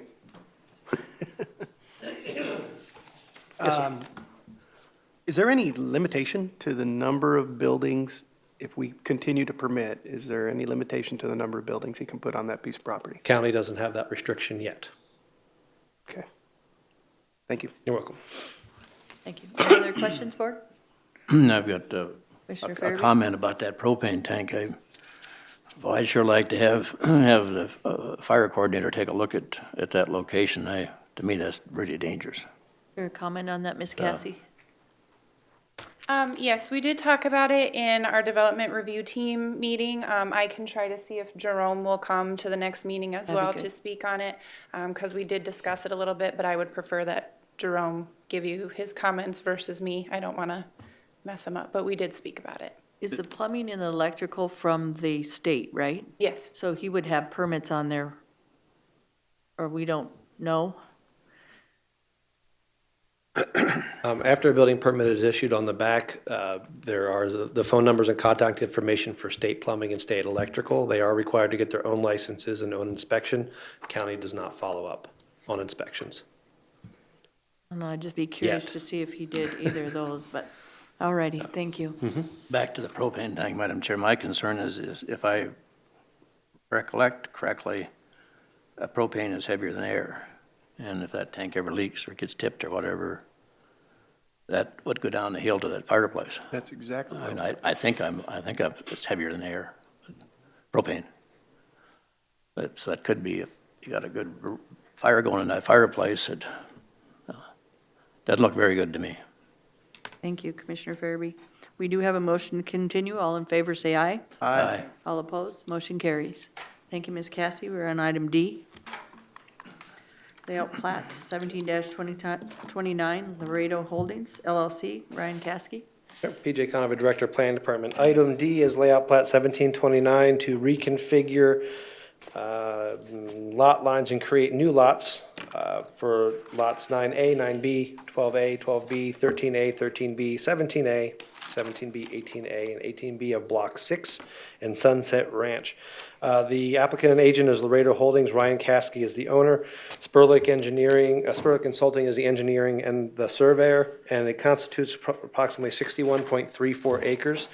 This is just a layout plat requesting to subdivide the 5 lots into 10, thereby increasing the density in this subdivision. Another item of note is that on the far west, the northwest corner of this subdivision, the applicant is also subdividing lots on that side and doubling the density of those lots through the city of Box Elder, and has also submitted 2 additional subdivision layout plats to our office, increasing density even more towards the center of the property. Part of this subdivision in the north side of this request is located in the New Underwood plating jurisdiction. Their city council has asked Pennington County to go forward with the plat, but Pennington County will include certificates for New Underwood to sign off on the plat. It's what we also do with the city and what the city does with us if we have any plot properties that kind of share a joint plating buffer. The lots as they exist today are empty. There is drainage that runs through them. They mostly take access off of 156. And the applicant is proposing to create a new access off of 156 into a dead-end cul-de-sac as pictured on the screen. This entire subdivision, if you can see here in blue, is under a planned unit development, which was first created in 2004 and most recently updated in 2008. And it was approved by the Board of Commissioners, by the Planning Commission on November 10th, 2008, as it was just a minor amendment and an addition. This is just a Google Earth view of the subdivision as it exists today. This was routed through the interdepartmental review. The Highway Department had some concerns about the drainage and would like to see some of that noted on the proposed plat, and also mentioned that they would not permit any access off of 156 for individual use. There was some concern from the agent as far as that restriction, and they were going to reach out to the Highway Department and see if they can discuss that a little bit more, because there are a couple properties that actually take access off of 156, and this does also exist inside the Sunset Ranch Road District. And their comments came back that request the developer contractor adhere to all county and Box Elder construction standards as applicable. And this was also sent to the Register of Deeds and Department of Equalization, who just had some minor comments about some of the notes on the plat and the heading. This was routed to the fire administrator as well, and his main concerns was about adequate water supply and fire suppression flow. It is also in our subdivision regulations, and the applicant and the agent are aware of this, and we're speaking with them yesterday about getting the numbers for our fire administrators so that there is some information. We haven't had anything since 2004 on what water pressure there is out there in case there was a fire to break out. The county environmental planning supervisor commented that there is floodplain on the property. As you pictured here in blue, it does touch every single one of the properties in question. The property to the south, lot 18, is currently a common lot. The PUD that this exists under requires 80 acres of common lot be dedicated. Most recently, that lot 18 was dedicated as common lot because some property in the PUD was sold off as residential. That was common lot, so Ryan Caskey had to rededicate common lot. So he's going to have to do that again if this is approved, either change the minimum numbers of required common lots in the PUD or dedicate new common lot. This was also sent to Box Elder just as a courtesy because they are platting a subdivision at the same time that we are. The applicant's request will increase density within the development by 5 lots. And as mentioned, lot 18, if approved for residential subdivision, would have new common lots would have to be dedicated in the PUD. But for purposes of the layout plat, staff finds no concerns with the applicant's request, as the layout plat is an informal preliminary review of the proposed subdivision. And therefore, staff and the Planning Commission recommended approval of layout plat 1729 with 17 conditions and the agent's concurrence. Thank you, PG. You're welcome. Any discussion from the board? Well, we've got two. Commissioner Farabee. New Underwood has 3 mile plating. New Underwood does, yes, but as far as my knowledge, they've never enacted it. But they do have 3-mile plating. They do, Okay. sir. Page 2 of 15, is existing conditions.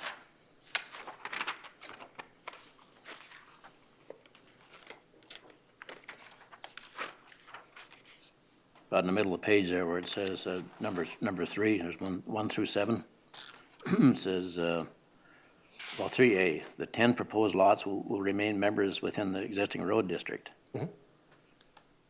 I thought that if you bought a lot or whatever, that you could decide whether or not to be in the road district. Our understanding from the applicant agent is they would like to retain those in the road district. But it's up to the new owner whenever the lots are sold. Well, we could take it out if you'd like. All I'm saying is that it says will remain. Well, it's up to the owners to decide that. They probably will decide, but. Ultimately, but we could put a condition recommending that it be in there. Okay, fine, thank you. Any other discussion? Move for approval. Second.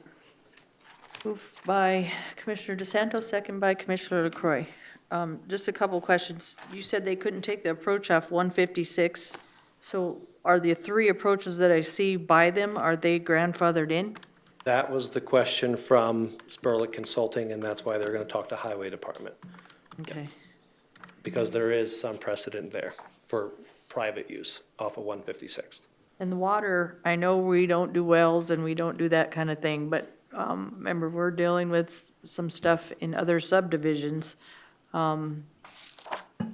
Do we not take that in consideration for selling lots to make sure there's enough adequate water to put out the fire, let alone have enough water to sustain each of those lots? In our subdivision regulations, we do have for fire suppression. We do not have it for personal use. We do require that it either be a fire mitigation plan of some type, which could be sprinkler systems inside the house, and the sprinkler systems, from my understanding, can either be done through the existing system underground or a holding tank on the property. But the requirements for fire suppression and fire protection are in our subdivision regulations. Okay, because you said that the fire, That's why we're looking for the numbers. okay, and so we don't have the numbers yet, but we're going to approve this. Because it's a layout plat, yes, and the applicant, Comes it was actually a very long discussion during planning commission. Okay. They just never submitted them to us. And so they said prior to the next level, which is in this case will be a preliminary plat, not a minor plat, a preliminary plat, they have to supply that information. Thank you, PJ, for that clarification. Commissioner DeSanto? Nope. Okay. We do have a motion and a second. All in favor, say aye. Aye. All opposed, motion carries. Thank you. Thank you, PJ. E is to request to not submit engineer road construction plans and not to build ordinance 14 standards. Todd and Lana Potter. Item E. Good morning, Brittany Molitor, Environmental Planning Supervisor. Item E is a request to waive ordinance 14 standards within a section line right-of-way. The applicant, Todd Potter, is respectfully requesting to waive the requirements of ordinance 14 for construction of a driveway within a section line right-of-way. The applicant is specifically requesting to waive engineered road construction plans and to surface the road with 4 inches of crushed limestone in lieu of 6 inches of base course gravel, and to construct the road at a width of 16 feet in lieu of 24 feet. The request to construct the driveway in the section line is the next item, item F. Item F does have a condition on there that in order for them to not construct to ordinance 14 standards, that those standards would need to be waived by the board. Okay, any questions for Brittany? No. The applicant here? Yes, they are in the audience. Sure, if you'd like to come up.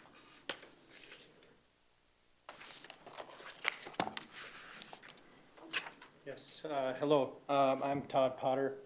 We're requesting, as you can see, our lot configuration is very strange. The portion in the center of that lot, there is currently a residence there. On the north side of that property, we have a existing triple garage that was there when we purchased the property.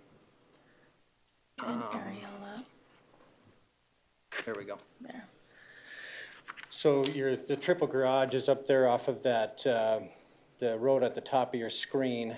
You can just, you can't see the triple garage in there, but it's on that piece of the property there.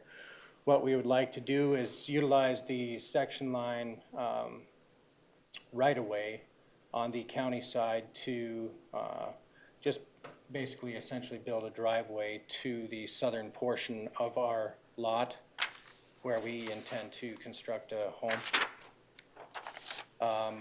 Since we're the only, us and the homeowner there are the only folks that would be using this egress, we feel that 24 feet is a bit excessive, and we could save costs by going down to 16 feet. It's a relatively flat area, and it would just be, we have obtained an easement, and that in that easement, it states that we will only have one residential dwelling. Mr. Potter, what's the other roads out there? What's the width of those? The current road is, it's just basically a rock trail, and I would guess it's probably, there it is there, it's probably 10, possibly 12 feet in places. And you're gonna make yours 14? 14 or 16, we're Okay. requesting 16. Thank you, sir. Any questions for Mr. Potter? You have a motion?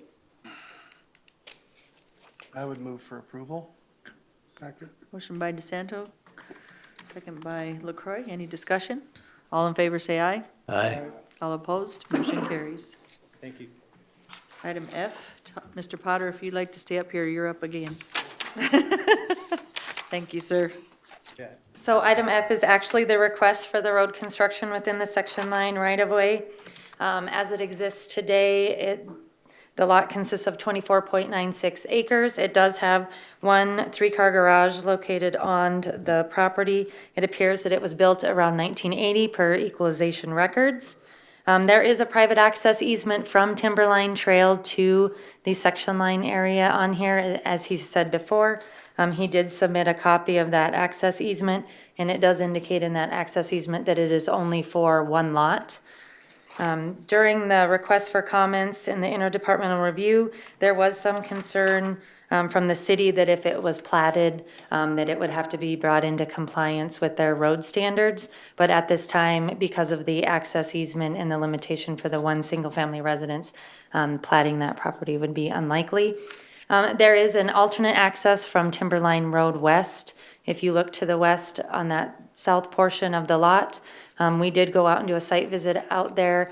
The topography is a lot more challenging on that side. There is a pretty large cliff if you look along that side off of there if you went down this road. So it would, there's kind of a narrow area that you could actually get a road in and a very steep cliff. It's about a 60-foot cliff. Yes, and a really if you narrow look down. access point. Thank you. Do we have any questions for Mr. Potter on the section line right-of-way? Mr. Just, Ferrigno? Madam Chair, Okay. just for my education, even though we approve a road on a section line right-of-way, we still control that section line right-of-way. Am I correct? It is still public right-of-way. Okay, So that so- 290 feet, it was constructed by the applicant and maintained by the applicant, but it is still a public right-of-way. Okay, I'm for just that. clarifying that specifically for Mr. Potter, so that you know that. Yep. Okay. Thank you, Mark. I Any move other, for approval. moved by DeSantos, or second by LaCroy? Any other discussion?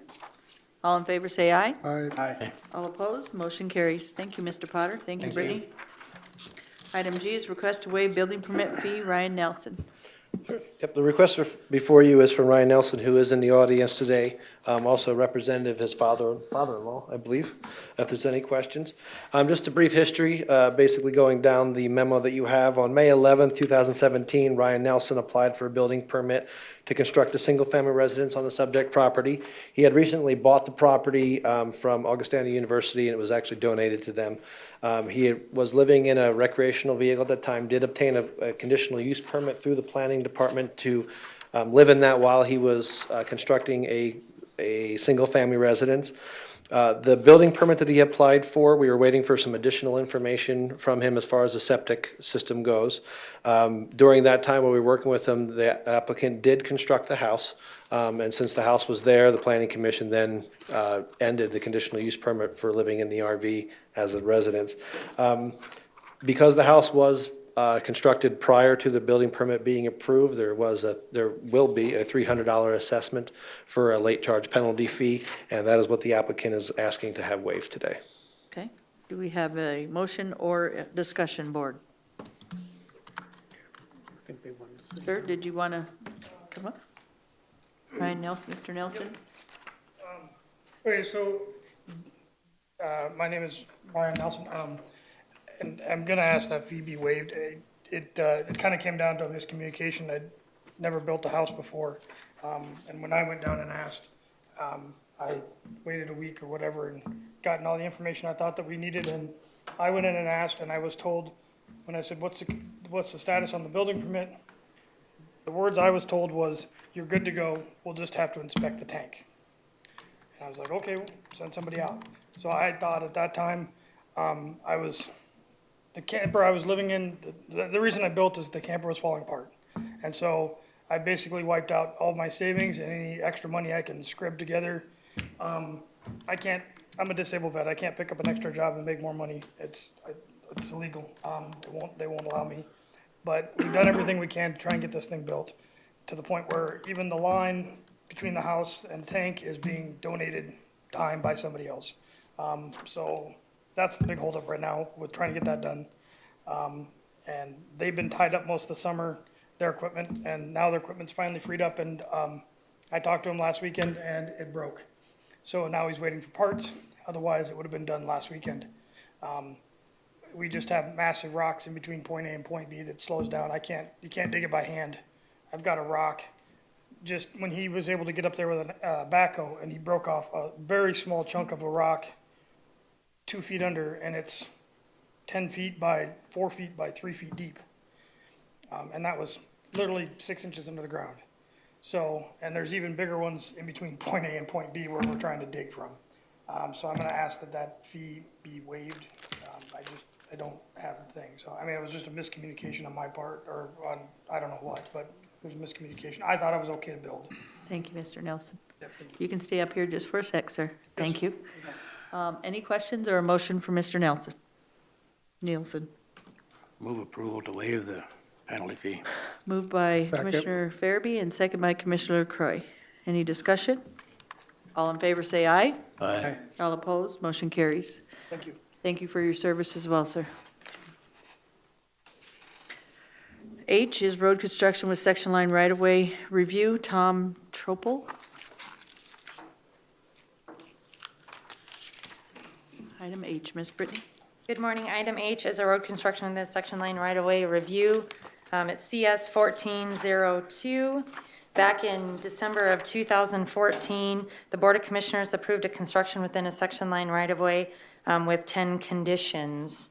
This was requested in order to gain access to a home here in section 21. The existing conditions, there's about 400 acres out there. There was only this structure, this home out there. There was a previous residence on section 28, but that residence is no longer there. A site visit was performed in June of this year, and it appears that the road has not been constructed and none of the conditions of approval have been met. The biggest concerns from staff's perspective is that there are residences out there, or there is a residence out there. There is no street sign or indication. The actual residence is addressed off of 173rd instead of 174th, which was a condition of approval. None of the road construction, the width, any of the drainage improvements, surface, anything was constructed to any standard. And in addition, it is also within a township, so there's township requirements in section line roads. So staff is actually recommending to end this construction, construction within a section line right-of-way in order for the applicant to resubmit a new road plan with what he would like to do. Okay, Mr. Trouble, would you like to go first?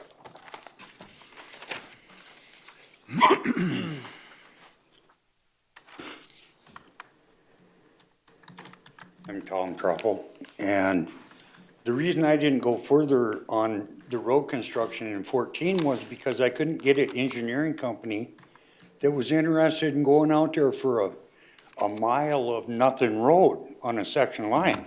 They just weren't interested in doing it, and I couldn't get anybody to do it. Well, that was one of the 10 stipulations that I had to fulfill my permit.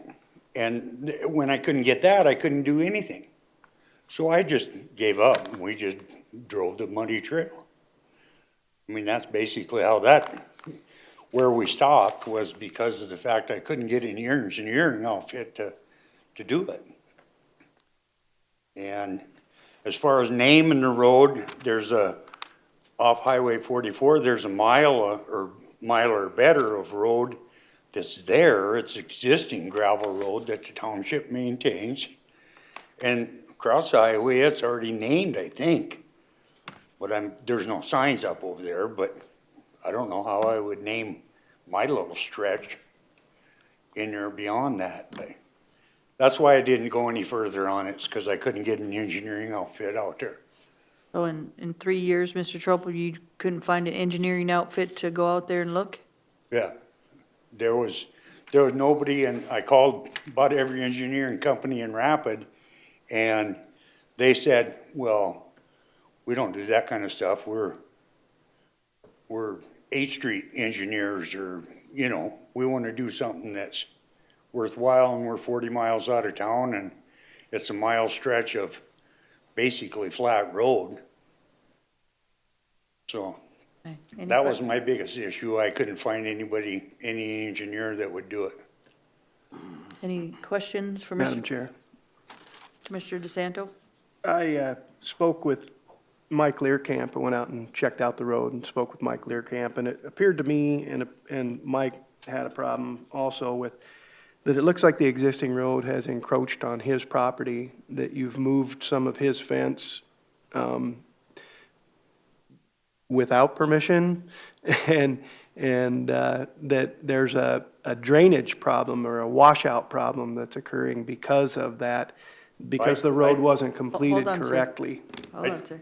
Okay. Let him finish. And I think that, if I remember the conversation correctly, that Mr. Learcamp has asked you to move the road to the east, back into your own property line, where it doesn't dead end into his fence, and that hasn't happened either. And I went out and observed quite a lot of erosion that's occurring on that road, and if it's not addressed, then further erosion will occur. And so I'm leaning, well, I'm not leaning, I'm not in, I believe that you need to get that road constructed correctly. I know that it's one of your only ways to your house, because I saw that as well, but that road needs to be correctly constructed, or it's going to cause problems in the future. Okay, sir. Okay. I'll start building the road tomorrow. I've got 500 tons of gravel sitting out there in a pile next to, and I'd start building it tomorrow if I didn't have to get an engineering study to do it. I've got a video of my road, if you guys want to look at. I took this morning. I went out and looked at it. Does anybody need to see the video of the road? No, I've gone on it.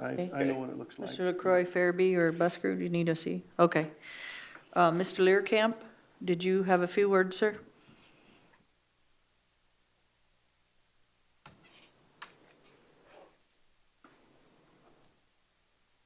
Mike Learcamp. I guess right is right, and I've watched this thing for 3 years and nothing has happened. And what I wanted done is what the planning and zoning is recommending, that the lower south road to Highway 44 was put in there illegally. There's no permits on it.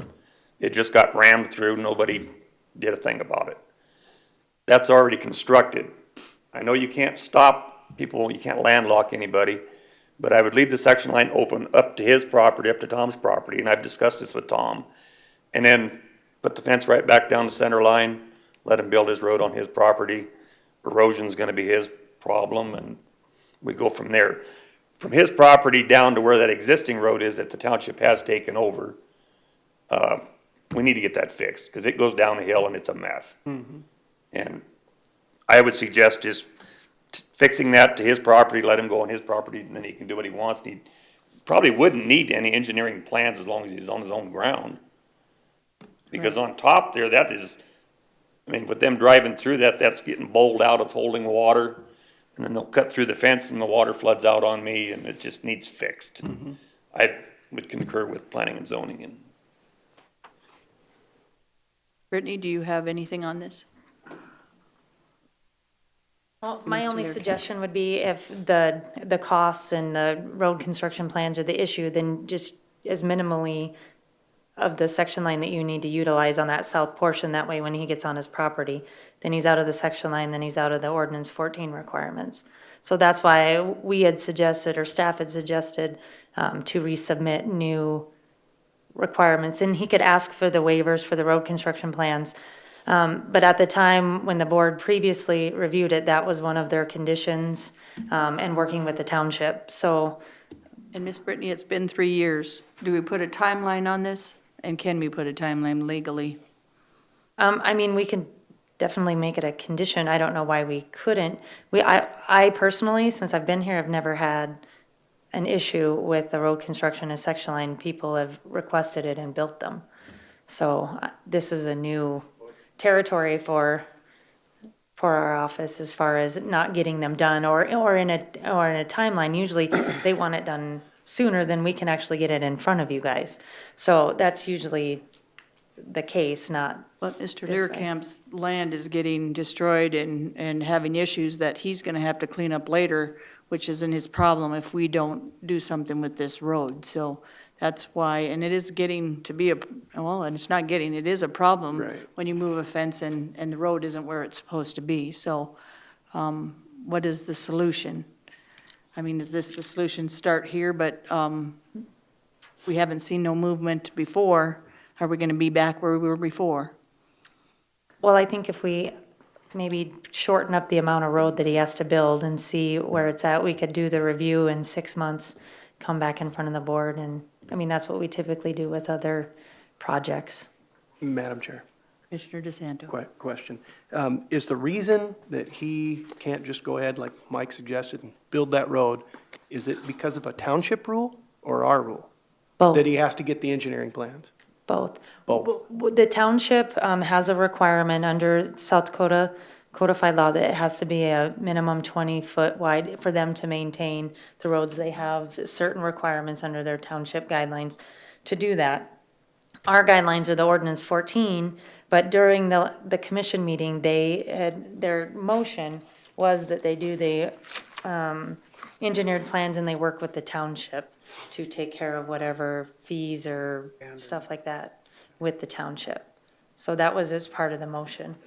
So as a commission, we can waive our requirement for the engineered plans, but he'd need to get the permission from the township for them to waive the requirement for the engineered plans? in the scenic township, we usually Oh, sorry. do the minimums, but the road has to be built before we take it over. Okay. And we've had 3 other instances in our township where guys have had, I mean, we don't build roads, it costs a lot of money. But once they get them built and culverts put in and these studies done and everything, so everything's right, then we take them over. Nothing's been done here, and in that short span, we need to get it done. But he's saying And I he would needs say an just- engineer report. Mike, does he need an engineer report for the Everybody else plans? did. The I mean, I don't know how they got a building permit without getting a road Mike, established come up first. to the mic, thank you. I don't know how they get a building permit without getting a road established first. Right. I mean, Wayne White spent $100,000 building his road down there by Emily before he could get a building permit. And this situation just happened and no road, and up the section line they go. So he got a building built with no road being done. Right. Madam Chair. Okay, sir. So do you have an engineering company that you could recommend to No, it's Mr. just cost Tropel? for that. They'll come out and do it. It's just expensive. Okay. Mr. Troppel, did you have a follow-up? You look like you wanted to say something. I did, but I don't. Okay. So, do we have a motion on this board? I move to end road construction as per the request of the planning department. Motion by DeSanto, second by LaCroy. All in favor, say aye. Aye. All opposed, motion carries. So, Mr. Troppel, you want to work with the planning department if you can to move forward with this road, if you could. So does that mean I can't drive back and forth to my house on the trail? Like I've been doing for the past 3 years, or I'm shut out of my house? Sir, you can talk to the planning commission. They'll tell you all the rules and regs, but I'm pretty sure you're safe. Brittany or PJ are the ones you want to talk to, sir, how to move forward. PJ is in the blue, Brittany is to the left of our Attorney Madam Jay Chair. Alderman. Madam Chair. Yes, sir. Mr. Tropel, what we're looking for is some progress. There's been no progress. The reason, like I said before, the reason there was been no progress is because I couldn't get any engineer out there. It wasn't that I wasn't willing to pay for one. I thought it was a dumb idea on that kind of a road to have it engineered, because you're gonna put culverts in where it calls for, and, you know, the movement of the fence that you were talking about. I moved the fence off the center of the section line back onto my property side.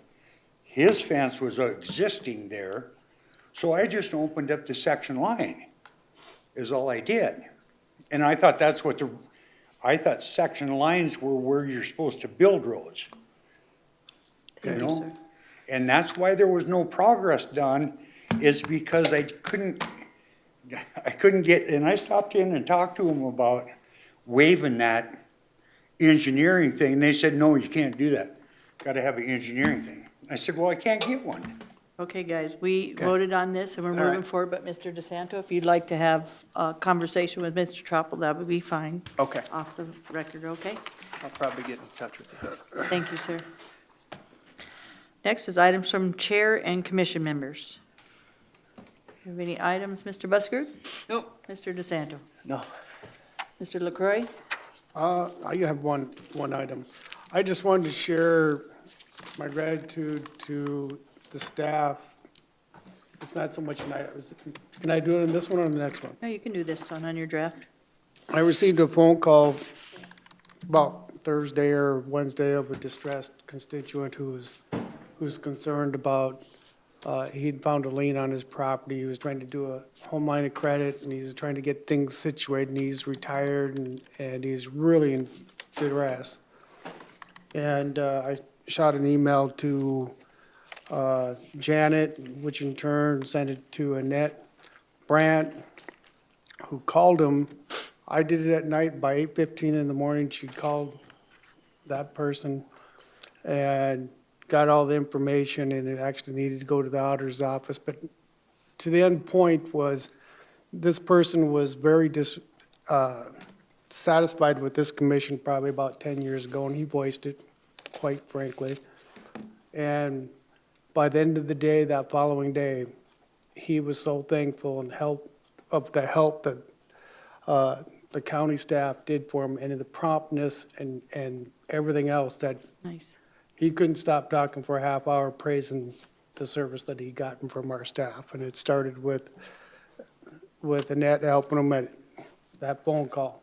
And so I just wanted to express my appreciation to the staff for the good job they did of working with him. And he's got a changed view of how the commission in Pennington County operates now. Thank you. Thank you. Commissioner Farabee? Nothing. I have a couple things. We do have a draft, Commissioner LaCroy, on the Pennington County policy and procedure. Were we going to bring that forward next meeting? Is that what we're going to do, or? I guess that was in our box. Oh, you mean, for appointments of committee boards. Yeah, I didn't put it on because I just wanted you guys to read it and digest it. If you have any questions, still get a hold of me. I think maybe the next meeting. That gives you a good span to go through it. If we want to make some changes, just let Holly or myself know. Nothing's perfect, so nothing's set in stone, so. Okay. Just wondering on that, and then we did have some people ask about the meeting on Bradsky Road and a Hawthorne Ditch meeting. DeSanto, did you set up either one of those yet? Are I you have still not, working because I on it? want to speak to Shadrach Howie first. Okay, so that's And then- Bradsky Road, and then how about Hawthorne Ditch with Tina Mullally and their group? We've got, Tina and I got to talk some more about that meeting. Okay, just a couple people wanted me to know. if you Results updated. are convoluted. Okay, thank you. Next, committee reports. Commissioner Busker. I met with the Pennington County Council on Aging, met out at Canyon Lake Senior Citizen, and I just want to compliment that there's a new board on the Council on Aging, and they're doing a great job getting things straightened out and getting some paperwork done that they needed to do for a long time. And they're wanted to thank us for our money we gave them, and they do continue to spend it very wisely, so. And if you haven't been out to Canyon Lake Senior Citizens lately, it is an amazing place. Yep. A lot of activity going on that day, and one of these days, when I get to be a senior citizen, I'm probably gonna join it. They play bingo there. And you are 1 year older today. Was today the day? I'm afraid it probably was. Would that be everything on yours part, Mr. Busker? That's it. Okay, Commissioner DeSanto. Madam Chair, I had the pleasure of attending the volunteer appreciation celebration for the fairgrounds volunteers and the stock show volunteers. And I was just quite amazed at the amount of hours that these people donate their time. It's incredible. 1,000 hours or better that these people are combined donating in time to cover positions that we would otherwise have to be paying for. And so it's just another example of how the Central States Fair and Stock Show utilize their resources very effectively and efficiently. And I just want to echo my appreciation for all those volunteers that stood at gates, that helped out with the rodeo, that told people where they needed to find what they were looking for, and that kind of stuff. It was great presentation. Nice. Thank you, Commissioner DeSanto. Anything else on any of your boards? Nope. Okay. Commissioner Croy? I attended the Extension Board meeting, and they've done some pretty good work. They enacted a new key policy. There's a few other I attended. I think the biggest one is the one me and Ron have been through the last 2 weeks, and that was the Compensation Committee. I mentioned that. And, there's been some good work going on with those, and I think the best thing I've learned about this, the first 2 meetings I've been to with them, is getting some of the history of what's happened with the county and so forth. But they're all committed and working hard to come forward with a proposal. And I believe it'll be coming the first meeting in November, if I remember right, Ron. I think so. Yeah. But, yeah, I just wanted to express my gratitude to the committee. They work hard, and it's made up of compromise and talks and understanding and working around, and nobody gets what they all want, so, but they've done some good work on it. Madam Chair, Commissioner DeSanto? question for Commissioner LaCroix. They're coming up with some plans as far as longevity? Well, yeah, they've got a couple of options that. Thoughts? Good, okay. Thank you. Commissioner Fairby? Nothing. Thank you. I have a